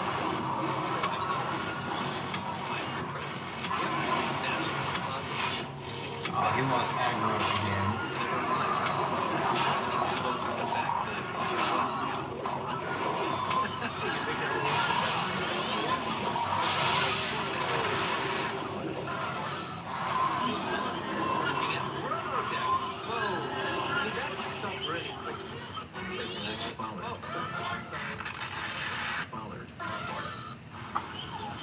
I needed to get the volume down. It was a bit loud. But this thing's Was it? scrolled instead of volume down. I see. The China Post is here to deliver your mail. Crap. In a very stop-start sort of a manner. Crap. Yeah, these things aren't doing very well, are they? I mean, they forcefully run people over. We've seen that. They run through barriers. They go get stuck on stairs. Who knows what else? What else happened? This is crazy. So this is a Baidu robo-taxi thing. Do you see that accident there? Yes. So we all know about robo-taxis, right? Like Waymo, what is it called? Waymo, Waymo and so on. And, Tesla's got the self-driving and all that. So, of course, Baidu, which is the copy of Google, so a complete copy, it's China's search engine. And even if you go to, like, images.google.com, we can go to images.baidu.com, maps.google.com, maps.baidu.com, whatever.google.com is going to be. They're just gonna track it. I'm just saying, it's the most unimaginable crap ever, and the way that they managed to pull it off, because I was there when it happened, is Google is starting to do well in China. Okay? Baidu pops up.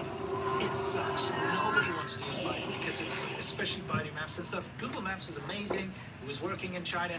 Google search engine, they had Chinese language and everything. It's going gangbusters. Chinese government says, this works very well. So why don't we make our own homegrown version? Baidu says, sure, we're going to do it. They come up with this suck. Nobody's using it. China says, okay, easy solution to this, ban Google, so no one has a choice. So they ban Google, and everyone's like, well, we can't use Google anymore. Google Maps doesn't work, Google Translate doesn't work, all this. What else do we have? Oh, we'll use that crappy Baidu. And they did. So now you've got the entire country forced to use their product, and then they can incrementally update it and get better because now they have a huge user base and they're making a lot of money.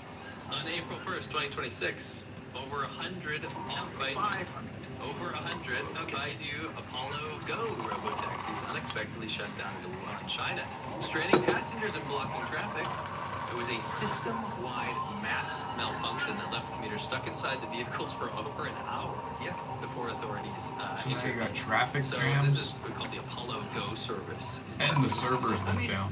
And they just stopped. It turns out at the end, they counted it all up. It looks like around 500 vehicles. Do you know how dangerous that is? Because it just stopped. We saw one accident earlier, but if you're stuck in Now you gotta worry about your car just killing dies you. and the doors are On locked purpose. because now the whole system's frozen. And you're sitting in there, you've got these cars coming in. How am I pulling aggro? Terrifying stuff. From 2 dots. Because it just takes one This person guy's not paying not attention when they get over here and you're I like how they stopped on the highway. Yeah. Buddy. People just slammed into it. It's terrible. I'm just gonna not. Like 500 of them stopped and people are damage. stuck in it for an hour. It's just gonna get me I'm killed. sorry, but you know, everyone says China's living in the future and they adopt things quickly, which they do, but they adopt them too quickly. They allow people to beta test these products with their lives. Because human life is worthless. Yeah, exactly. According to the government. And I recently watched a Chinese guy specifically flew to California, rented a Tesla to test this full self-driving and let it drive around. And he made a big blog about how much better it is than the Baidu and all that stuff. And that there's still a lot of catching up to do. You know what I mean? Yeah. Because it's true. They keep saying like all the stuff in China's got these features, but they're not properly safety tested first. You know, because it doesn't matter if people die. You know. Anyway, there's an official police report which shows it's a real deal, so much so that they couldn't hide it.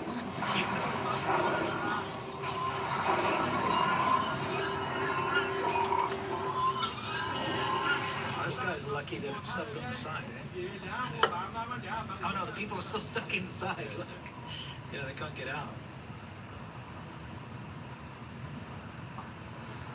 It's a good thing it wasn't like very hot or something. Yeah, that could have been devastating. Yeah. Although they probably have air conditioning. Oh, the windows down. No, they're not. Well, you could theoretically climb out then. Yeah, why? I wouldn't be sitting in there. Yeah, what if it decides to take off? It malfunctions to stop. Why would it not malfunction to go take off? I'm not worried about someone slamming into the highway. Oh, they don't have a care in the I mean, world. like, seriously though, it's gonna stop in the middle of the road. Why is it not gonna drive? They don't have a care in the freaking world. They're in the middle of the highway. I get into one of those Chinese taxis. This is normal. Get out of here. Wait, what is it? Must be nice to live in a real country. They don't have a care in the world. Yeah, because you know, everything's so high tech that it fails and puts you in danger. Imagine this on a wider scale than just robo-taxis. There's no reason this is limited to robo-taxis. It should be any EV. Yeah. And there are many cases of Chinese EVs braking while driving. Yeah. So you're driving, it does a software update, and then it just dies. What if you have one where it's 2 million cars because it's one brand, or 10 million cars, right? And it's on over-the-air updates. Everyone gets it at the exact same time after they purchase your car. Well, I'll tell you, there have been numerous cases where brands go out of actually just. Or there's a bug in the collision algorithm. Update their cars and they all brick, and then it's nothing. What if they update the collision algorithm and it doesn't work? And then every car on the road doesn't have any collision avoidance anymore. You could do, because the company doesn't exist anymore. You can't get parts, you can't get software updates. One of my favorite things is these Chinese EVs. They have all these fancy features, like being able to use motion. Or what if the charging software doesn't stop when the voltage is at max capacity? So every single car overvolts and explodes all at the same time. Gestures open up a door. Now this is the dumbest thing that I've ever seen in my entire life. Everyone charging their car press the update, and they all overvolt. I think there's a high percentage that he's off his nut. Okay, yeah, and so they've got this thing in a mall, which they do to so they're like, do the gesture and it will open. Mass casualty.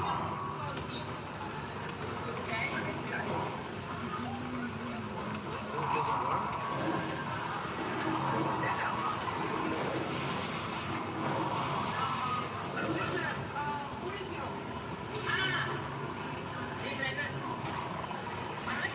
Yeah, because you have to be very specific, right?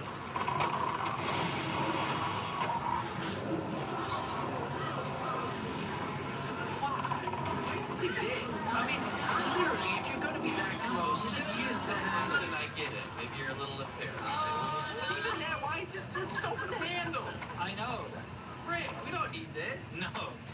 this is where it gets really fun. This is a top-of-the-line, very expensive 200 luxury. grand. It's Huawei, right? Yeah. So Well, it's Huawei thing. it's a Huawei mixed with, Yeah, something else. you It's know, like a it's like a collab. Yeah, it's like a mixed breed. Okay. So anyway, That's a Chinese this car. is Looks like how a much Lincoln. was it again? $200,000. Yes. So it's like a very expensive luxury car. Watch this. Guy gets in. He's trying to do the gesture. Close the door. Close. Door closed. Both swimming in the air. I'm sorry, but this is so dumb. Just Look pull at the the door lag. closed. Yeah, there he finally gave up and he pulled the door closed. But isn't that the stupidest thing? Because it takes the same amount of effort Yes. to wave than it does to I think close. it feels more because think about this. Because you have Think to about physics. execute it. If I'm holding, my weight is being Bearing? relieved here. Oh, because But if you're like this, you're doing exercise. Yeah, it's like you're using your triceps Yeah. and stuff, whatever. I mean, isn't that dumb? But now here's the crazy part, okay? Is that this video went viral in China because everyone's mocking this. Because It's it's like, that luxury crazy. not only that, it's just dumb. The guy's putting so much effort where he could have literally just pulled the door closed. People right? are clowning them. Yeah, they're clowning because it's a stupid feature. It's unnecessary, right? It got tons of views. It got shared a bunch. Huawei came along and got it removed. And you know how they got it removed? They said that it's their face, their privacy, their likeness is being used without their permission, and they actually got to take it down. Yeah. And now they're suing people that are trying to post this. This is the problem with Chinese EV companies, is that they sue critics into silence. Because they, let's be honest, some of them make okay products, but a lot of it's trash, or it's in beta testing phase, or they catch fire, or they result in people getting injured, or the door handles break, whatever. There's lots of problems, but they don't want people to know about these problems. Okay, especially on the international stage. So what they do is they sue any car critic that says that there's something wrong. Sue them into silence, because you can do that in China. Then the international press is like, oh, China's EVs are great. It's because you don't hear about the bad stuff because they get sued. It's crazy. Yeah. But yeah, they said, oh, this is not right because the vehicle was in park anyway. And I mean, it only does that gesture thing in park. But there's no way to tell whether it was in park or in drive. They can't tell. Yeah, there's no way to tell. There's no light that tells you it's in park or in drive. Maybe they can monitor that. That specific one on that video, I mean, Chinese EV company. That's true. That's why you don't want them in your home country. Right? yeah, this is true. Either way, just to show you how stupid that feature is, Yeah. and how bad the Chinese EV companies are, that they will sue people who try to point very obvious things out. Why can you not make It's fun? just a joke, dude. Yeah. You know, it's not even a dangerous thing. They get the stuff removed, Yeah. and then they sue people. Yeah. Can you imagine that you made a funny video about, like, I don't know, your Tesla side and trying to cut a carrot or something, you know, instead of, bouncing back up. And then, That's even like a dangerous thing. No, it's like, oh, my door doesn't shut. yeah, exactly. Oh, look at this door. I didn't close it up. Yeah, I didn't close it up. And you get sued by Tesla, and then YouTube is forced to take your video down. Yeah, That's what's crazy. going on. Yeah, Yeah, it's crazy. It is. Stupid. You think that's China? Indeed. You know, the Great Firewall would take you inside the Chinese internet to translate what's going on there. Indeed. Recently, there's been this weird That's thing not that came China, from that's Guizhou. America. This is not hot place. This is in southern China. Yeah. They had this situation where this hail came down. Yes. It's called the Chinese. And it caused these massive Like ice tidal flows. waves, ice flows. And there's a lot of people talking Yeah, about look it. at this. Waves went through 1, the 2, streets. 3, The 4, top of including the flooding me. was actually ice. By the way, China's drainage I'm one sucks. person Must in be the nice to room live in and a real there's country. 4 people Yeah, this is- talking. By the way, this is like a top priority city in China, right? Yeah. Guiyang's like, they're putting so much effort into promoting this place. Yes. But it looks so bizarre because this is not a place that gets snow or anything. This is a very hot city. But it's covered. It looks like it's covered in like liquid snow. Yeah. Almost like soap bubbles or something from like when your laundry machine is exploding. It's insane. It was really, really weird. Very strange phenomenon. So of course that created some sort of rumor mill where people are like, oh no, this UCP leadership is bad because this is like a sign from God that's coming down. Like weird weather events. Chinese people are very superstitious. Yeah, this is also in It's southern doing China. it again. Yes, in Guangzhou. So massive flooding and winds happened. It was very, very crazy. Yeah. And again, But it's anytime these doing it weather again. events happen, It's a just lot of playing people by who itself. are superstitious go, what does this mean? Turbulent times mean it's the mandate of heaven, as they Yes. say, right? It's time to change the whole The structure. leadership, yeah. Look at that. We saw this so many times. Oh yeah, I've made videos right in the aftermath of one in Shenzhen where Yeah, we me ripped too. up all the trees and so on. It's crazy. And the flooding is wild. Like you get used to it, but you know you'll have feet of water in the Yeah. streets that is just. It's like a torrent. It's like a river. It's like You're used to it. You go like I'm in this developed-looking city, and there's a torrent of river going through my road. Yeah. Rats swimming in it. Exactly, and the underground parking lot's filled up and everyone's cars got flooded out and You stuff. just got to be ready for it, especially in southern China. Yeah. Actually, no, anywhere. Because even when I lived in northern China, where it was It's the in a desert, the rare times that it rained, it would flood insanely. Yeah, China's drainage is very bad. The cities are terrible at draining. Yes. Anyway, guys, this is our VIP show you missed on Monday. I better bring the volume up. China, nobody wants domestic stuff. They won't, but If you were to give someone California strawberries in China, you have hit the jackpot. Like a Japanese person's gonna look at this and give that. I don't think anyone's going to pay money for dirt to eat it here. No. Oh, so he wants the help. He wants that real quick. It sucks. Rare Luxury. It's rare. Spend $1,500 on jeans. The rednecks would go there and just take everything. The value of something like this is exorbitantly more in China. They went to an illegal mine in Burma, and they'll show like where they hacked out like the actual like purple jade. Wait, is that really a cricket cage? It's really a cricket cage. Just think about the interior, the back side of that redneck. It's got to be all. It's gross, dude. Yeah, it's got to probably stick to his leg. Dude, that's a rough one. I gotta say, that's freaking rough. I don't know if you're listening, you probably didn't understand when that was wound. So she talked about things. This is interesting to a lot of people. Things that are insanely cheap in the U.S. but are wildly expensive in China for no reason. So if you like the whole idea of like, I just stumbled across my dead grandpa's World War II items or whatever, and I'm gonna make a ton of money at a pawn shop. It's that kind of idea. Or you can become a shill. Or you can become a shill. Yes. Because there are a lot of things in China, in America, like just strange shaped stones that would be worthless. Yeah. Oh, that looks like a march. Yeah. No, that looks like a hand, right? It sells for $100,000 $100,000 in China. So it's all the weird stuff that sells for so much in China that's worthless. Here we go. It was a lot of fun. That is our VIP show. Yeah, that was the episode. If you have the means, we'd love for you to join us on Mondays. It's so much fun. Yeah, it's on patreon.com/podcast. By the way, it's the best way to support us, patreon.com/ADP podcast. We have a show every Monday, like you said. If you pay half for the half price tier, you don't get to watch it live, but it basically becomes available right after we post. Yeah, we make it live. Well, we make it available to you immediately after it's finished being live. If you're on the live tier, you pay the full price, you get access to everything. You vote on the next topic.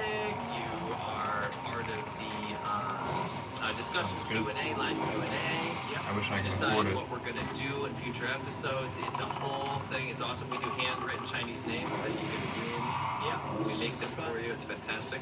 By the way, this was from an episode of Xiaoban, the Patron Show, and that's where the intro music came from. Yeah, you might be worried about thinking about this interesting intro today. Well, it's an April Fool's hangover. Yes, because we didn't have a show. We didn't have a show on April Fool's, so that was our April Fool's. We uncovered this weird genre where a Vietnamese woman makes massive speaker systems out of fridges. And random stuff, and then she plays the most bizarre music like this.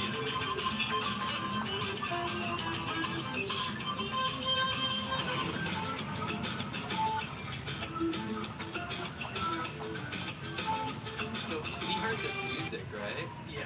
And we were like, what is this genre? It took us weeks. We finally figured out the song. We found the song. We put it on the intro. So it's a little inside joke for you guys that are on Patreon. You guys knew us on the chat. Okay. You're like, yo, they found the song. We did.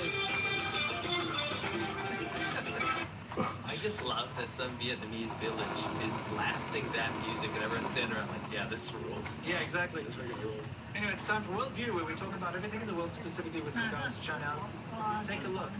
Man, my This is fingernails are I curling. believe it's the Washington, D.C. Like Chinese crazy. embassy, or consulate, or whatever. Okay. Embassy. Default to. Remember a couple weeks ago we showed you how the dissidents were projecting like down with the CCP stuff? Yeah, like Chinese people that hate the CCP did like a projection graffiti. Yes.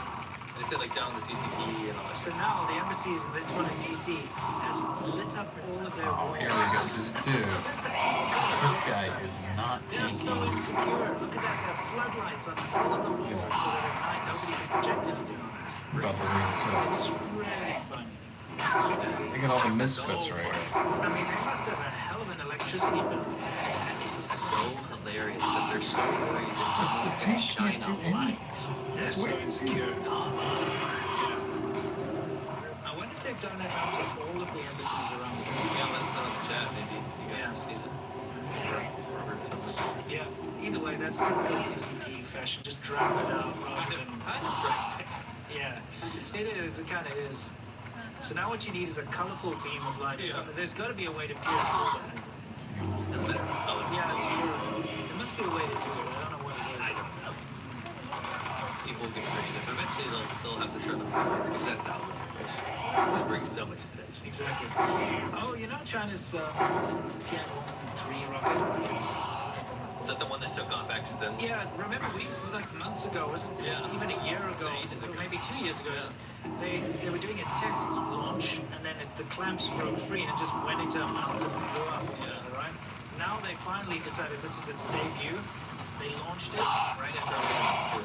Obviously they timed that on purpose. They're like, when you're going to, you know? So they got this Took off accidental. It's just left. You know what's really interesting? Whenever something like SpaceX or NASA or whatever fails at something, there's outbursts of celebration on the Chinese internet. Yeah. And speculation, oh, I hope it didn't fall on someone's head, or they suck, or look how bad their stuff is. When the Chinese stuff fails, silence. And I'm talking about from the whole internet. You know, in the West, people will also criticize if SpaceX fails or whatever. They'll make mocking comments and videos, and they'll do analysis about why it failed. This guy. Stuff. I didn't care a thing about when Chinese If stuff. he's not a bot, I'll be The honest. Chinese government will say, we landed on the dark side of the moon and took samples and Now I'm taking. land there, build a house, and then everybody will be like, wow, China's living in the future. They never question it. No, we say we say perfect. You know, that's just the way it works. It's like this is unquestioning faith in anything China says. Both of us have met people recently where you talk to someone, and this is not this is actually a product of what's been happening. The You talk pet to them and is say, man, tanking. China's really switched on. You see what they're doing with this and this and this. And you go, what are you talking about? Yep. That's, you know, demonstrably wrong if you know anything we do. Yeah. But nobody goes past that because there's no access to that information. There's no one doing it. Yep. I know, it's crazy. So I just hate that there's always a 100% trust in anything that the Chinese propaganda puts out. There's so much skepticism. Why did I not know? Yeah, exactly. You told me. Now my pet is tanking. Dude, you know, like even if it does well, Dude, can you SpaceX tank? or whatever NASA does well, people will be like somehow make it a CIA and JFK assassination. You know, throw that in there somewhere and an Epstein file. You know, yeah, this is ABB, which is In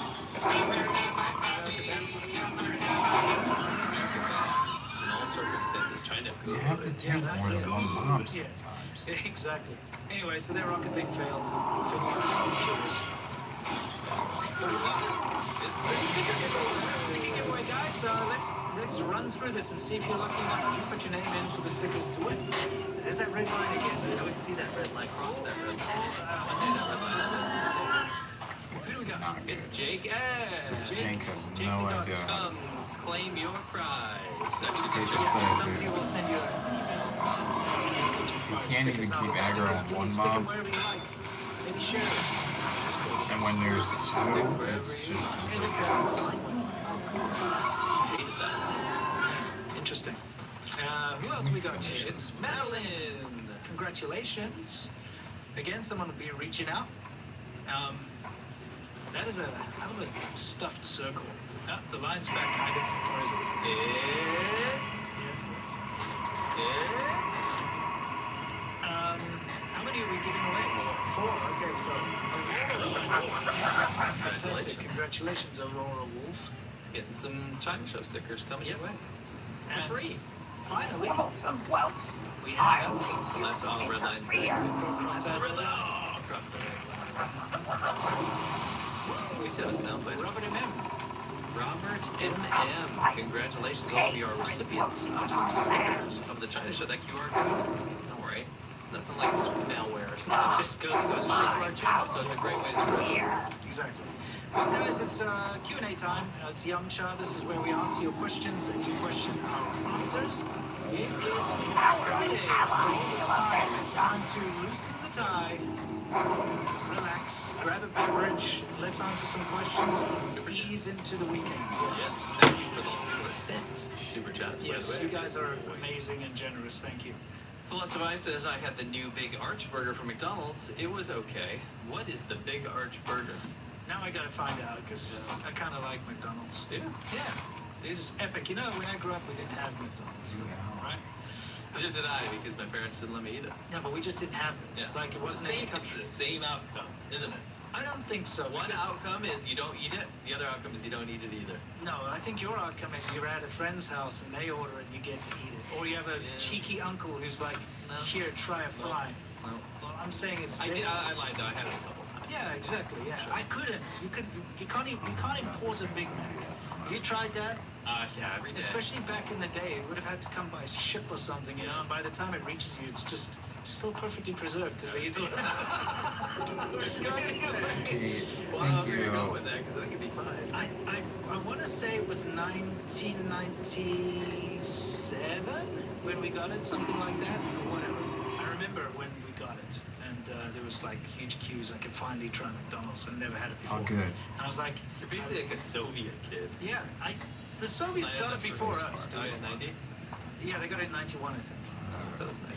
Or it could have been 90. I don't know my Soviet timeline too well. But I'll tell you one thing, though. I really like Big Macs. They're cool. Yeah, I'm not a big Thousand Island dressing guy. I don't know what it is. Is it Thousand Island? There's like a Big Mac sauce. Russian. Yeah, it's Thousand Island dressing. It's actually It's the not the best. same. It is. It's definitely not. It's like a secret sauce. Nah, it's just. No, it's just not that. Yeah, I know. On the Big Mac. You made. Yeah. You It's made just Thousand Thousand Island. Island, which is casserole, Russian. And I had to make the sauce from scratch. Okay, Basically, just Thousand Island. but it's not though. Yeah, it is. When you say basically your just, cooking skills are so bad They are. that your concept of food is magical. Like everything must be magic. pretty It's its much, own thing. it is. But I mean, here's the thing. When you say something's basically something, it means it's not. You can say I'm basically a genius. Freaking basically. Come on. In other words, it's not. You're basically a genius. When you In say order it to serve the basically, Dark Lady it means and that there's like Bernard, we need to Pepsi is advance the basically front Coca-Cola. on the human infestation. It's the same thing. At ease, adventure. One might have I a see little you bit returned more from salt. battle. My sources tell me you performed well It's on the the same. Hillsgrad front. Word of the attack on the northern farms has the townsfolk panicked. Most excellent. Our Death Stalkers report peasants fleeing to the fields in southern Hillsgrad. The fools think they can hide in the orchards and escape their doom. Prove them wrong, adventurer. Return to Hillsbrad fields and seek out the cowering peasants. Lay waste to them in the name of our Dark Lady. Dismissed. The raven's cry from the west doth beckon. Superb news. Hillsbrad is ripe for attack. We can carry out our plan of destruction now. Very Mathras will be pleased. I hear you were enlisted by Darthalia to wage war on the humans of Hillsbrad. So jealous I am. While you're off having all the fun, slaying humans, pillaging the town, terrorizing innocent people, I'm stuck standing guard here in Taran Mill. Perhaps you'll take pity on an old death guard like myself. You see, I am collecting human skulls, and you will be fighting humans for quite some time. Over the course of your long battle, bring me 30 skulls, and I will make it worth your while. These specimens are perfect. Well, adventurer, you have managed to bring me the slightest hint of joy on yet another miserable day. Your efforts are appreciated.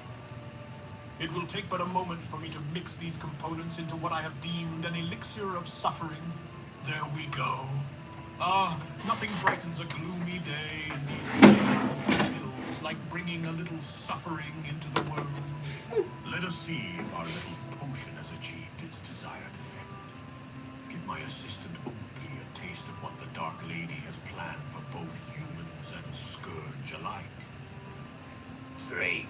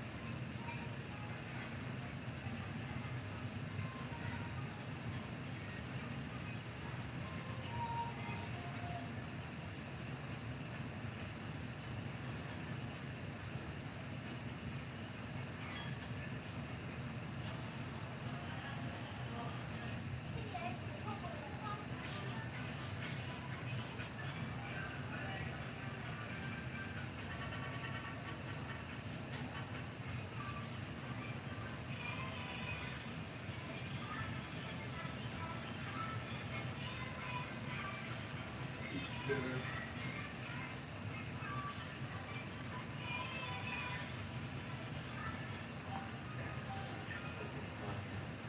And he's just eating there.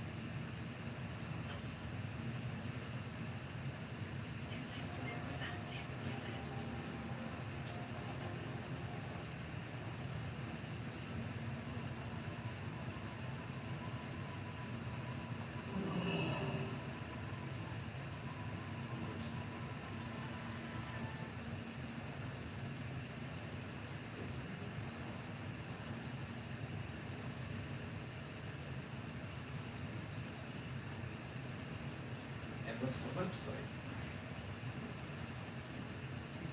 Launch ad to unlock the link. NASA doesn't load. 2:11:44. What does that mean? Okay. Welcome to the Artemis Real-Time Orbit website, or ARO. This.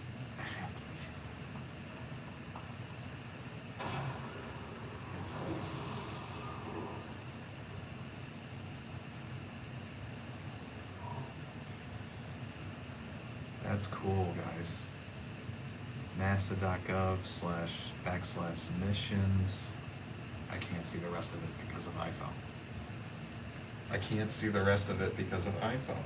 Artemis /missions/Artemis2 /AROW. That's cool. Oh, now it's all locked. It's locked up now. Now it's all locked up.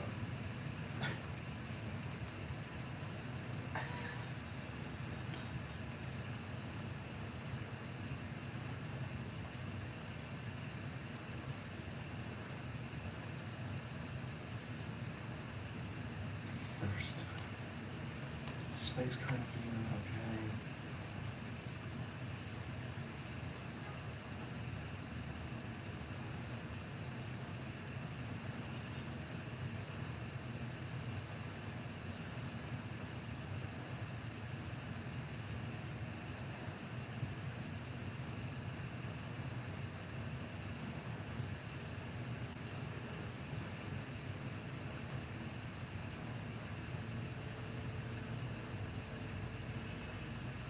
Represents cameras that are actually on. They're not live views, are they? No, I don't want to repeat the introduction tour.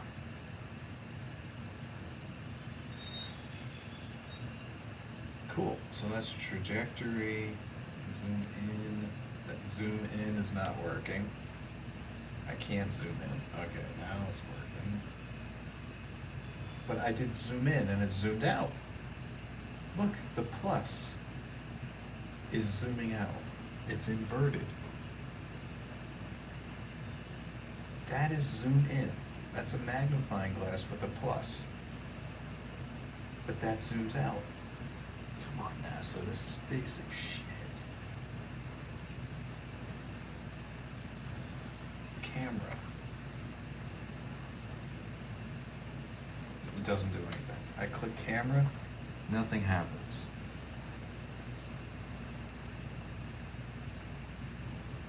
Okay, there's telemetry. Is that real?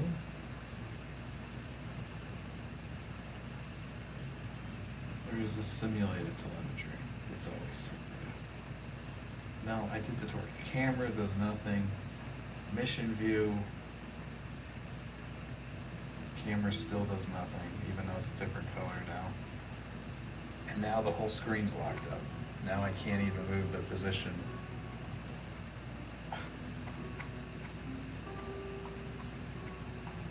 It's just half-assed. And it's overheating my phone. It's basically useless because it's half-assed.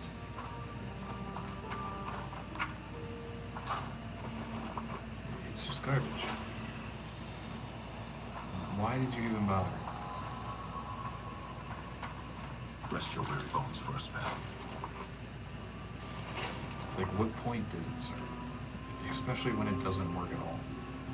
Farewell. Why even waste someone's time and effort? And my time and effort. You got me excited for a cool website, and it's just busted and broken.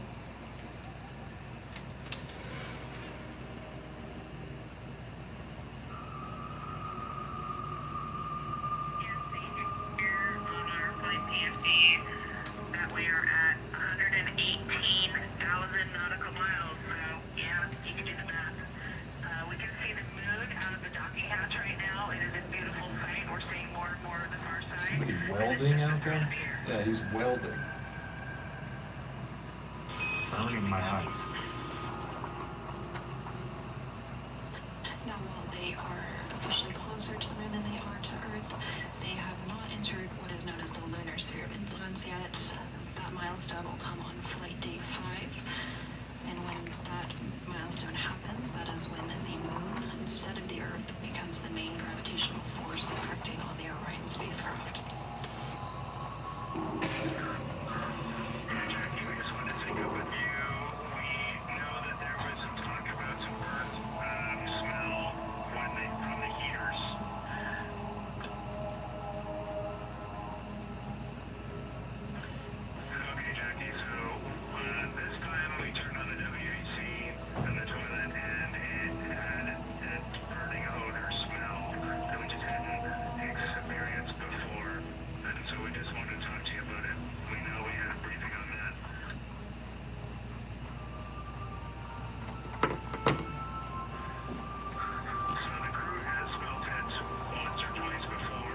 this on previously recorded? It's not even live.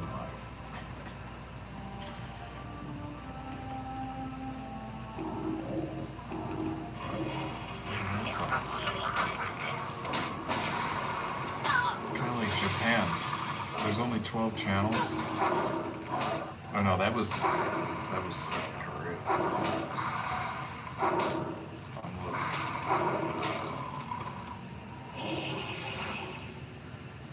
The Olympics was on loop. Just the one thing that the Koreans wanted. On loop all day, all night.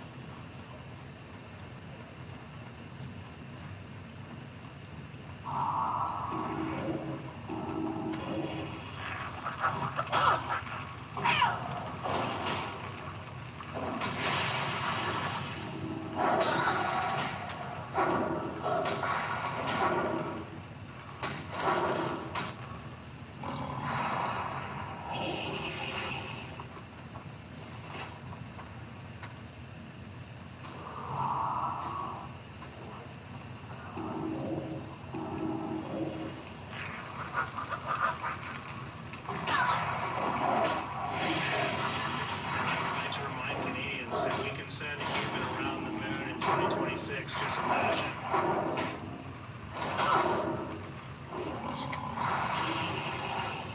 Is he speaking French again? What time is it? 4:30 a.m. in Houston.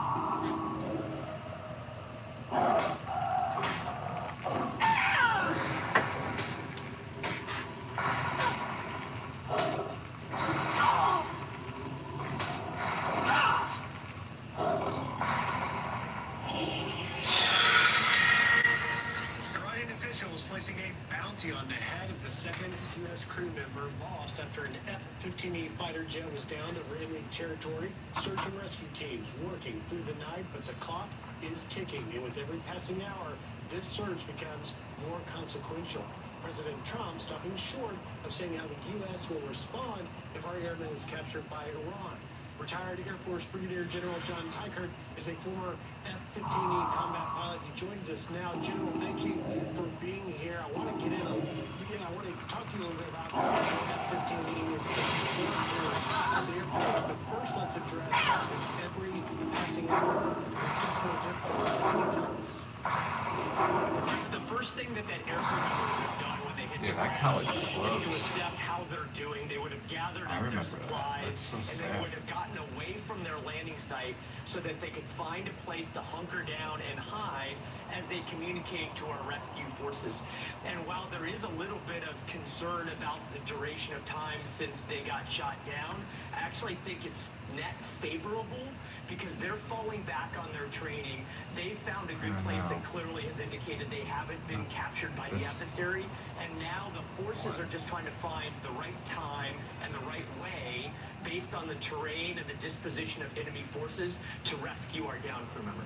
That's a great point, and we can show you a map of where we believe that F-15E went down in the Khuzestan region, but of course that Zagros mountain range, very difficult terrain to navigate, but because of the pilot's SEER training, the survival and evasion tactics he's learned, hopefully it's gotten him to a place where he can wait for the CSAR teams to go in there.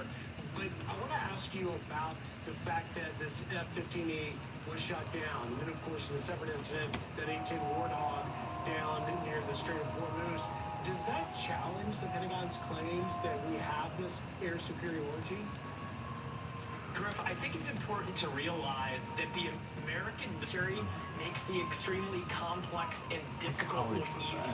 And in the last 5 weeks, it has not been an easy, permissive environment. It is a The Art determined Institute of adversary Philadelphia. with extremely God. high-quality threat systems. And I just think it's been a testimony that this is a very difficult mission, and you never have complete air supremacy. And I actually think it highlights the fact that our forces are so amazing that it took 5 weeks before we saw a situation like this. It's been 24 hours, General Teichert, since this happened, and the Pentagon has been silent. CENTCOM has been tight-lipped. What do you make of that? Griff, I'm so happy to hear both the administration and the Pentagon and U.S. Central Command being so concerned about operational security. The only way this downed crew member is going to be recovered safely and the combat search and rescue forces are going to be safe in accomplishing their mission is if they fall back on their extensive training and there is exquisite operational security. We're seeing that out of all entities, and I'm happy to see it. And just in the last 10 or 15 seconds I've got, these F-15Es play a critical role. They do. They are multifunctional. They have air-to-air capability. They're very flexible in the type of targets that they can destroy. I'm proud of F-15 combat pilot, but those crews are incredible. Their planes are as well. Brigadier General John Teichert, thank you for your insight, and have a great weekend. You too. Thanks, Greg. Really sad. The arts, Vanessa Trump the only thing that makes us human. since the arrest of boyfriend Tiger Woods, and another golf legend is also weighing in. We'll bring back to the next. Plus, Christians in Cuba lean on their faith this Easter weekend, even in the face of nationwide blackouts. This our next guest is here, shining light on the power of prayer around the world.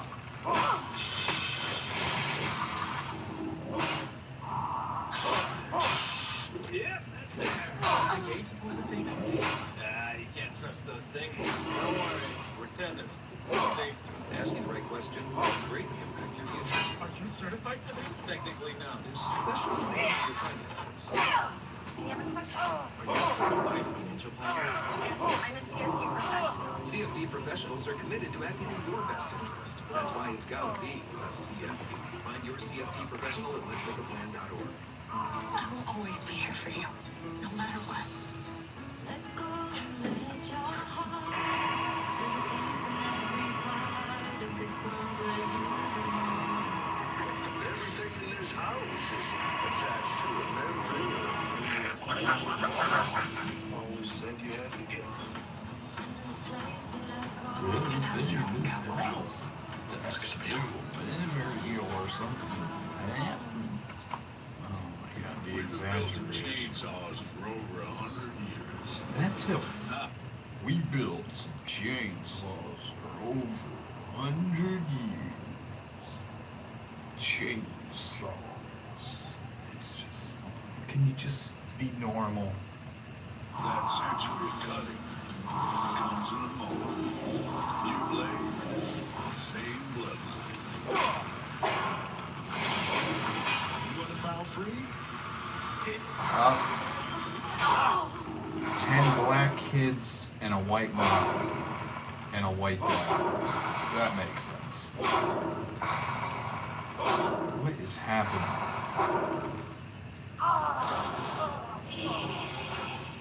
10 black kids eating dinner with a white mom and dad in the middle of Montana. Okay, enough Fox News for me.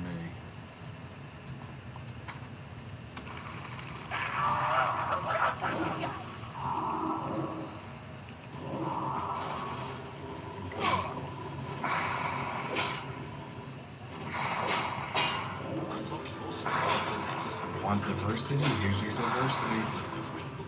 We're all so much happier now and better off, How long aren't we? it takes a beginner like my dad to go from beer belly to get ripped again with. We're all so much happier, aren't we?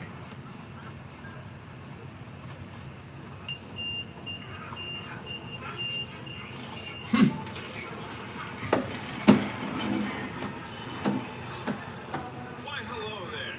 From China, unexpectedly, decided to switch it up a bit.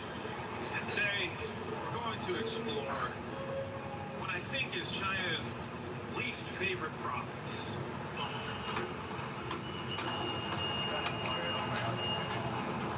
I'm not sure if they realize they can use like all these other shirt styles, and I can only use that one. Now for welcome to Jiangxi province. We're gonna find out if Jiangxi is as bad as the Chinese make it out to be. It's as boring, as backward as they say. 3 years ago, I made a video where I went to rural China, and it was well received. But one of the responses to that video was, Tommy, that's not real rural China. You need to go deeper, harder. And that's what we're gonna do today. We're gonna go much deeper, much harder. We are out here, deep in China, Jiangxi province. And you know, what I want to point out is, without sounding like a propagandist, this is like a tier 93 train station. And look at how nice it looks. You know, I am far from a hater on America, but we step our game up. So they're trying to get me into a taxi. I don't even know where I'm going yet, to be honest with you. Guangzhou. We're in the city of Guangzhou. Guangzhou is actually famous for being the founding of the Communist Party of China. We'll talk about that a bit later. So much fun we have ahead. 我还没想好我要去哪里。还没有订到。那个一个酒店。订酒店还限动。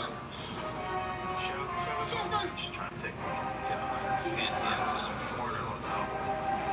Okay, so when you're traveling in China and you arrive at an airport or a train station, you can use like the Uber of China, which is Didi Dash. You can use it right out of WeChat. But you'll also be hard pressed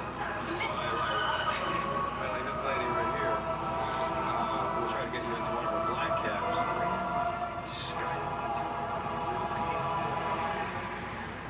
Sounds like a bang. So that's gonna be about $5 to get over there. China is still quite cheap.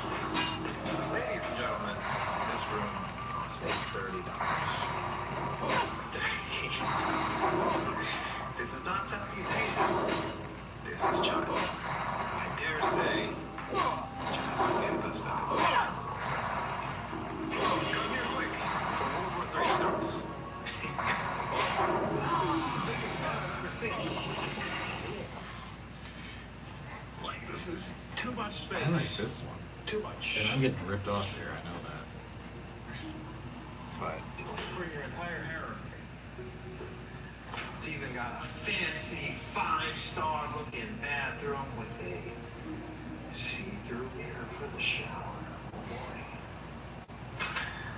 I am so happy to be back in China. Wow, we've even been blessed with a beautiful day. It's like mid-February. Yeah, but I have way better Weather views should here. Suck. We got a nice sunny day here. That's great. And the food is cheaper too. Brought up the umbrellas in the park. And the Ubers are cheaper. Nobody wants to get a tan in China. So this city is apparently the former home of the son of Chiang Kai-shek. You know, the guy who was on our team, America's team, in World War II, fighting against the communists. He was the mayor of this city, Guangzhou, from 1939 to 1945. And his house is somewhere around here.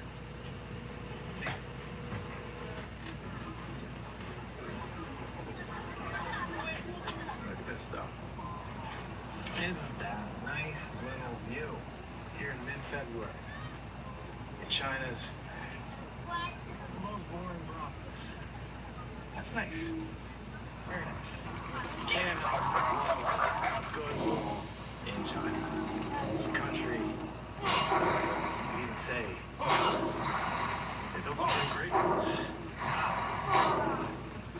Really cosplay photo shoot right here. I'm planning on later going to the birthplace of the Chinese Communist Party. Wearing that Chinese little well dress up, local costume wherever they go.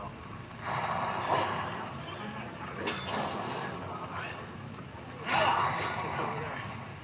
Don't know. That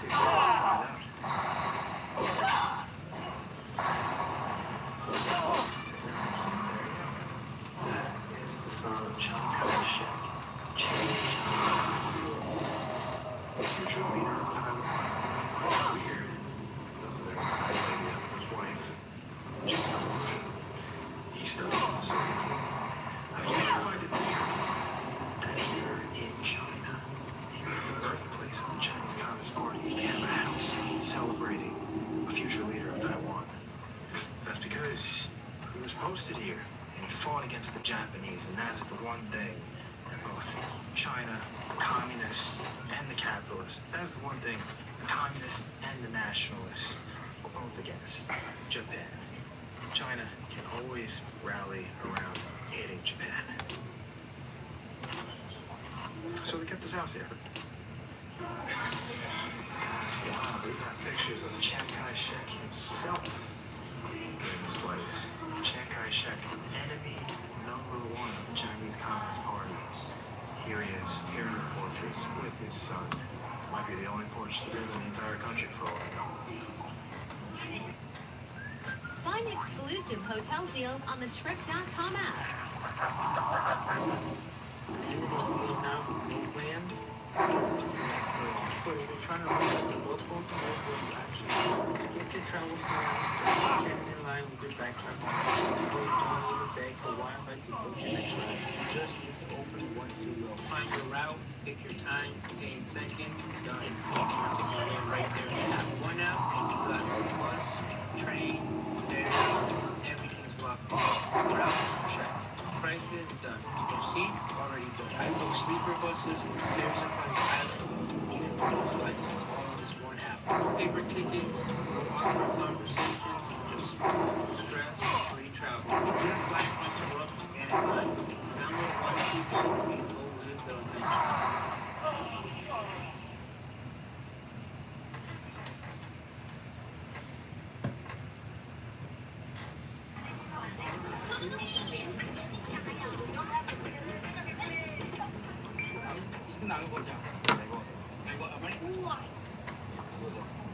adventure.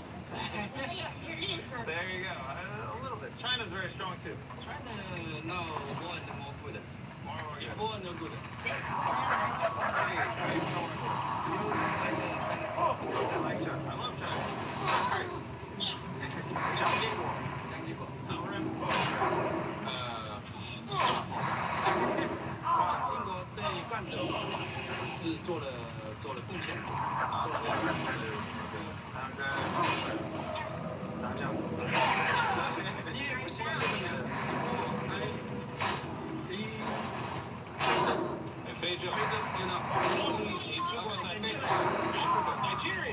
Nigeria, wow. Really? Oil? 2 years. 对，非洲。very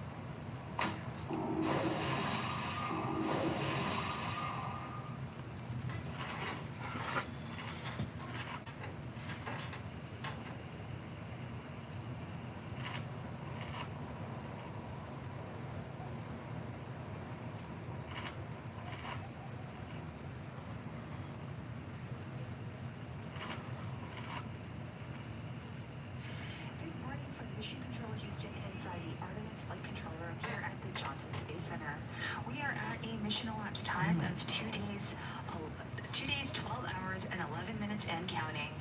And this is the Artemis 2 mission coverage. I'm Nilofer Ramji with NASA Communications. The Orbit 3 team of flight controllers recently came on console and completed their handover.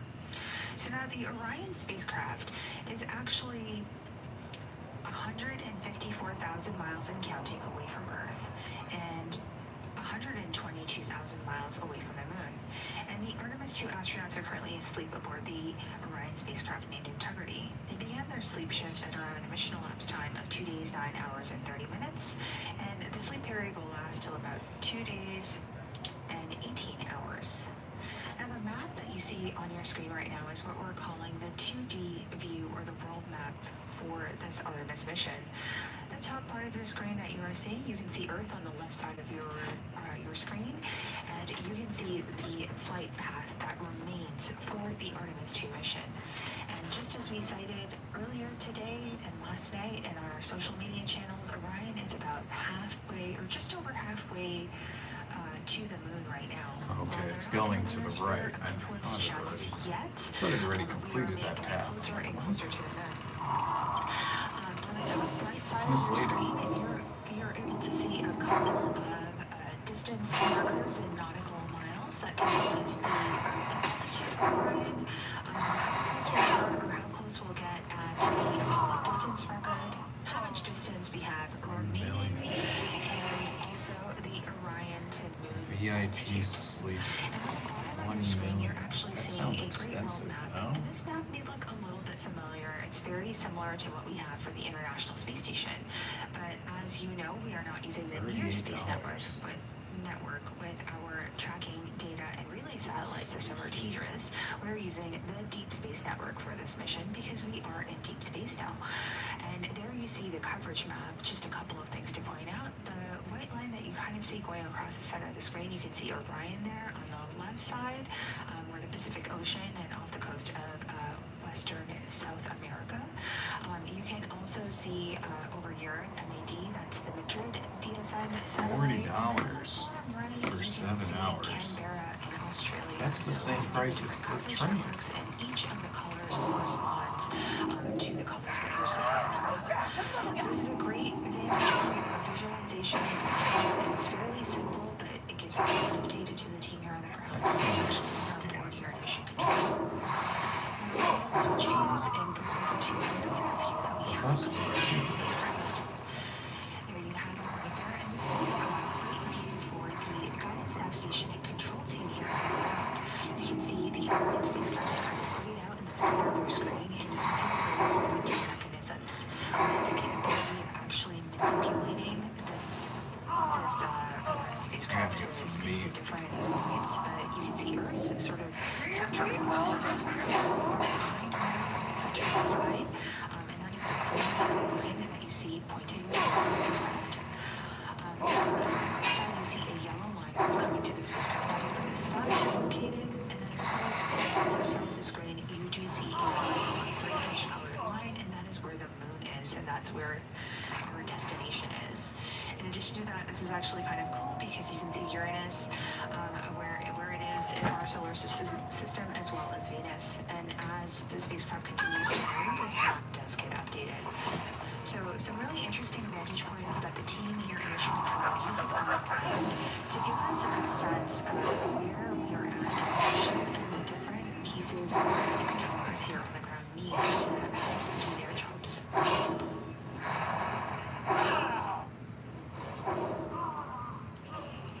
Does screencast actually work here?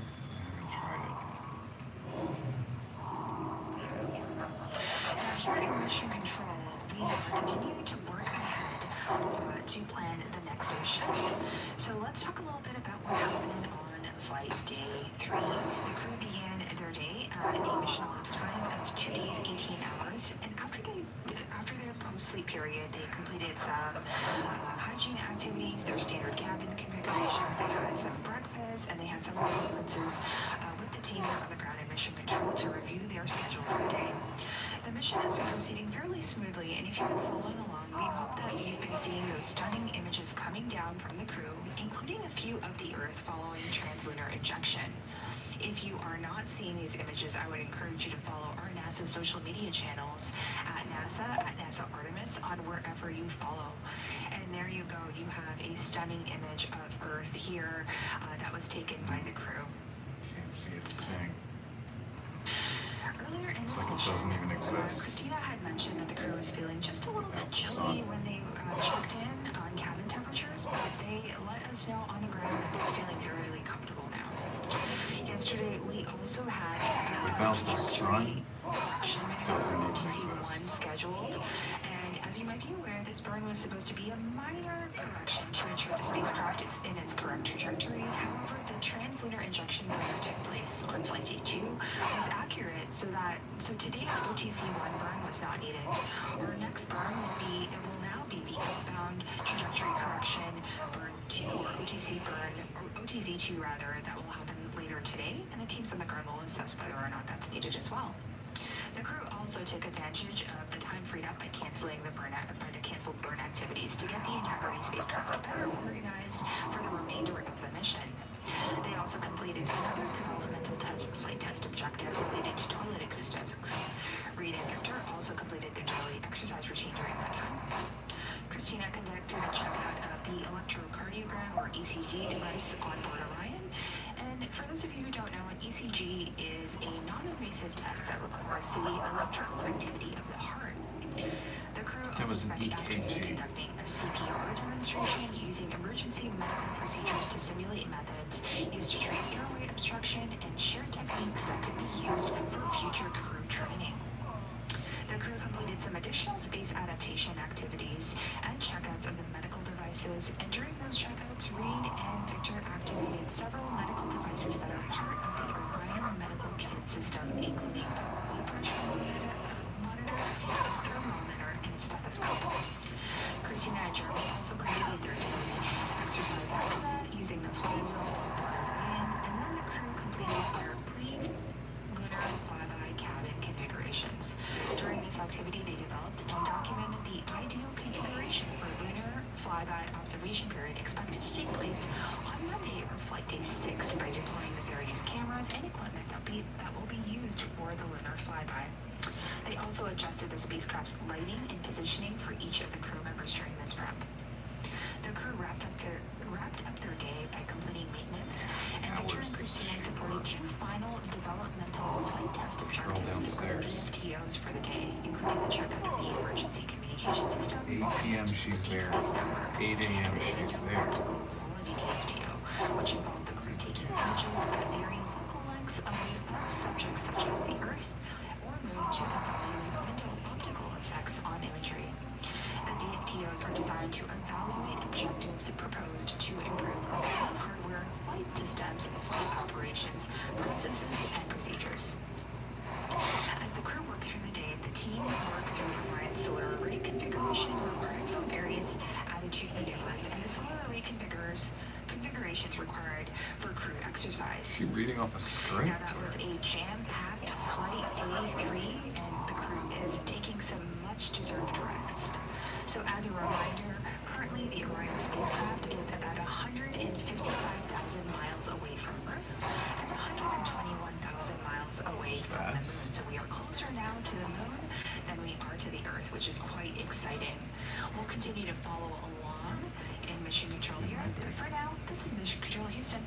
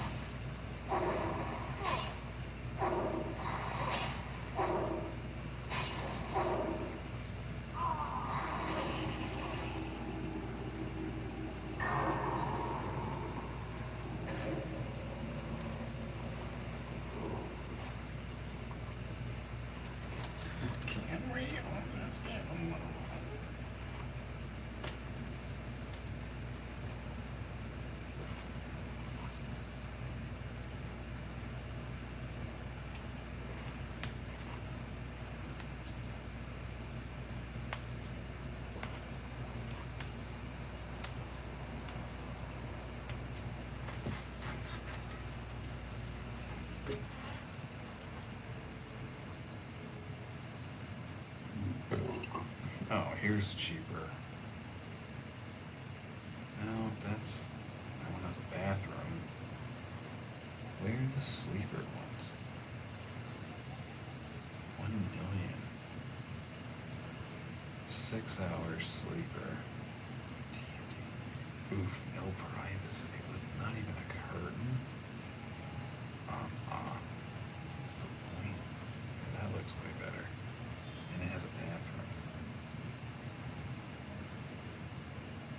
That one looks pretty good. Luxury hotel bus. It arrives at 1 a.m. What are you supposed to do from 1 a.m. to 2 p.m.?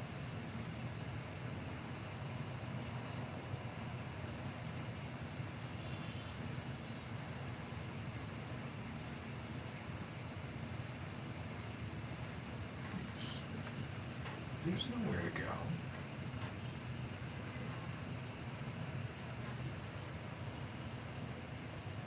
Just sitting on the streets.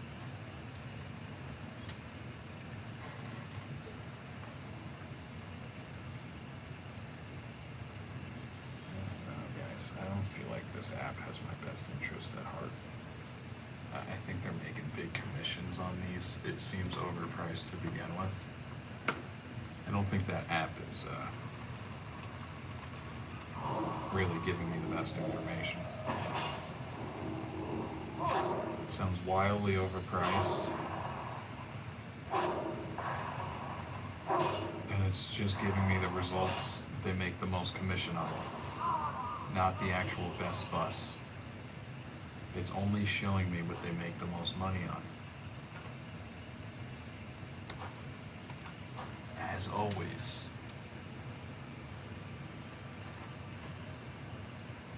they sell you the shittiest bus and they tell you it's the best one. Because that's what they make the most commission on. And then the best one is on the last page.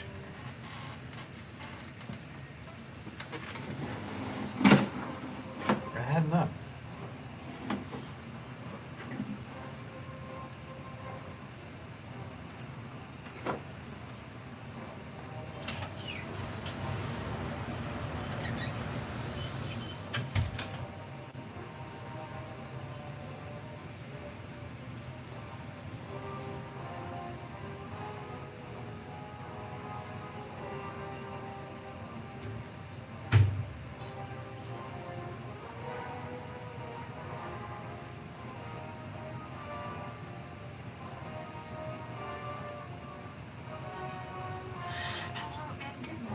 Mission Control Houston in the Artemis Flight Control Room here at the Johnson Space Center in Houston.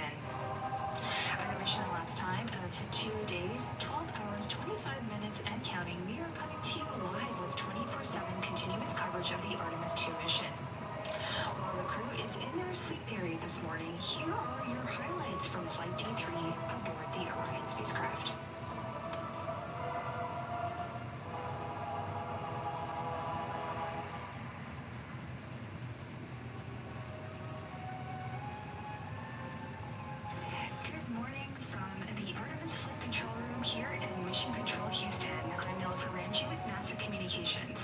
As part of your Orbit 3 flight control team, we are coming to you live with 24/7 continuous coverage of the Artemis 2 mission.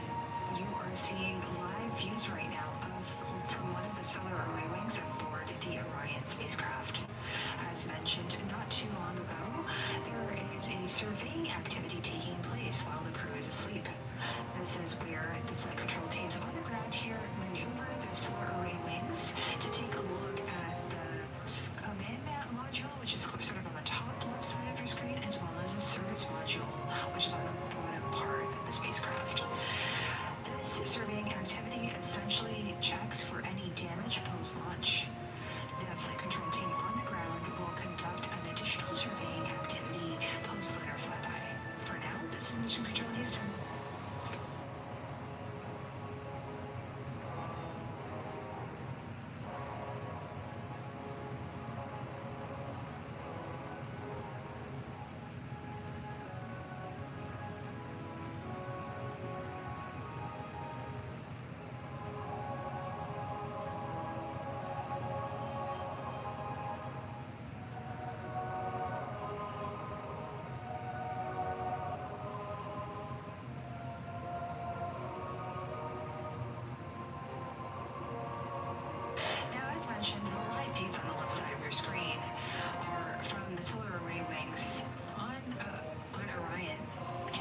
seeing live views right now, capturing the engines.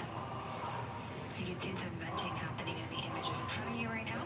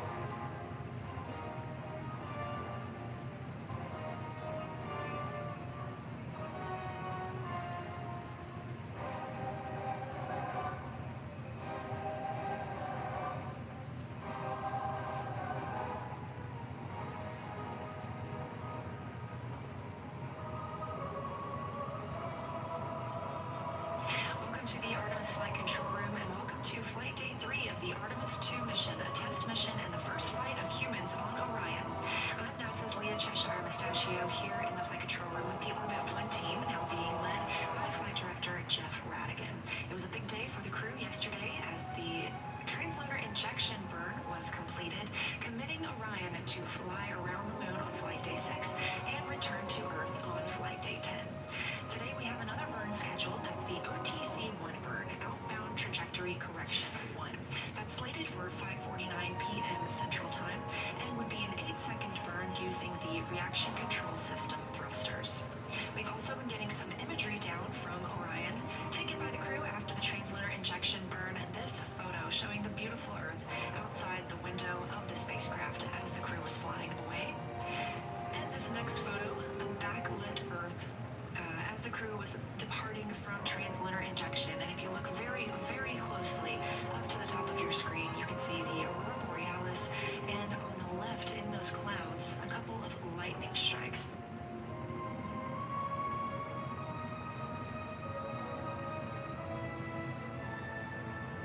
You're getting a live look inside the Orion capsule at our 4 Artemis 2 crew members, now 106,000 miles away from Earth.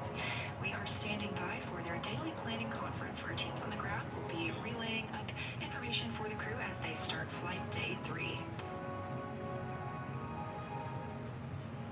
From left to right, we have NASA astronaut Christina Cook, Reed Wiseman, Victor Glover, and on the far right, Canadian Space Agency astronaut Jeremy Hansen.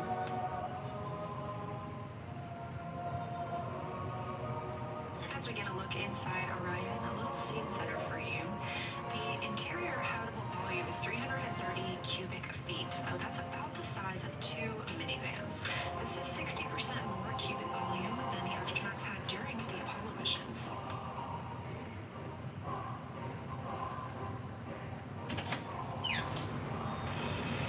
Infinity. If you could tilt the camera down slightly towards the bunkers, we have a great view of Christina and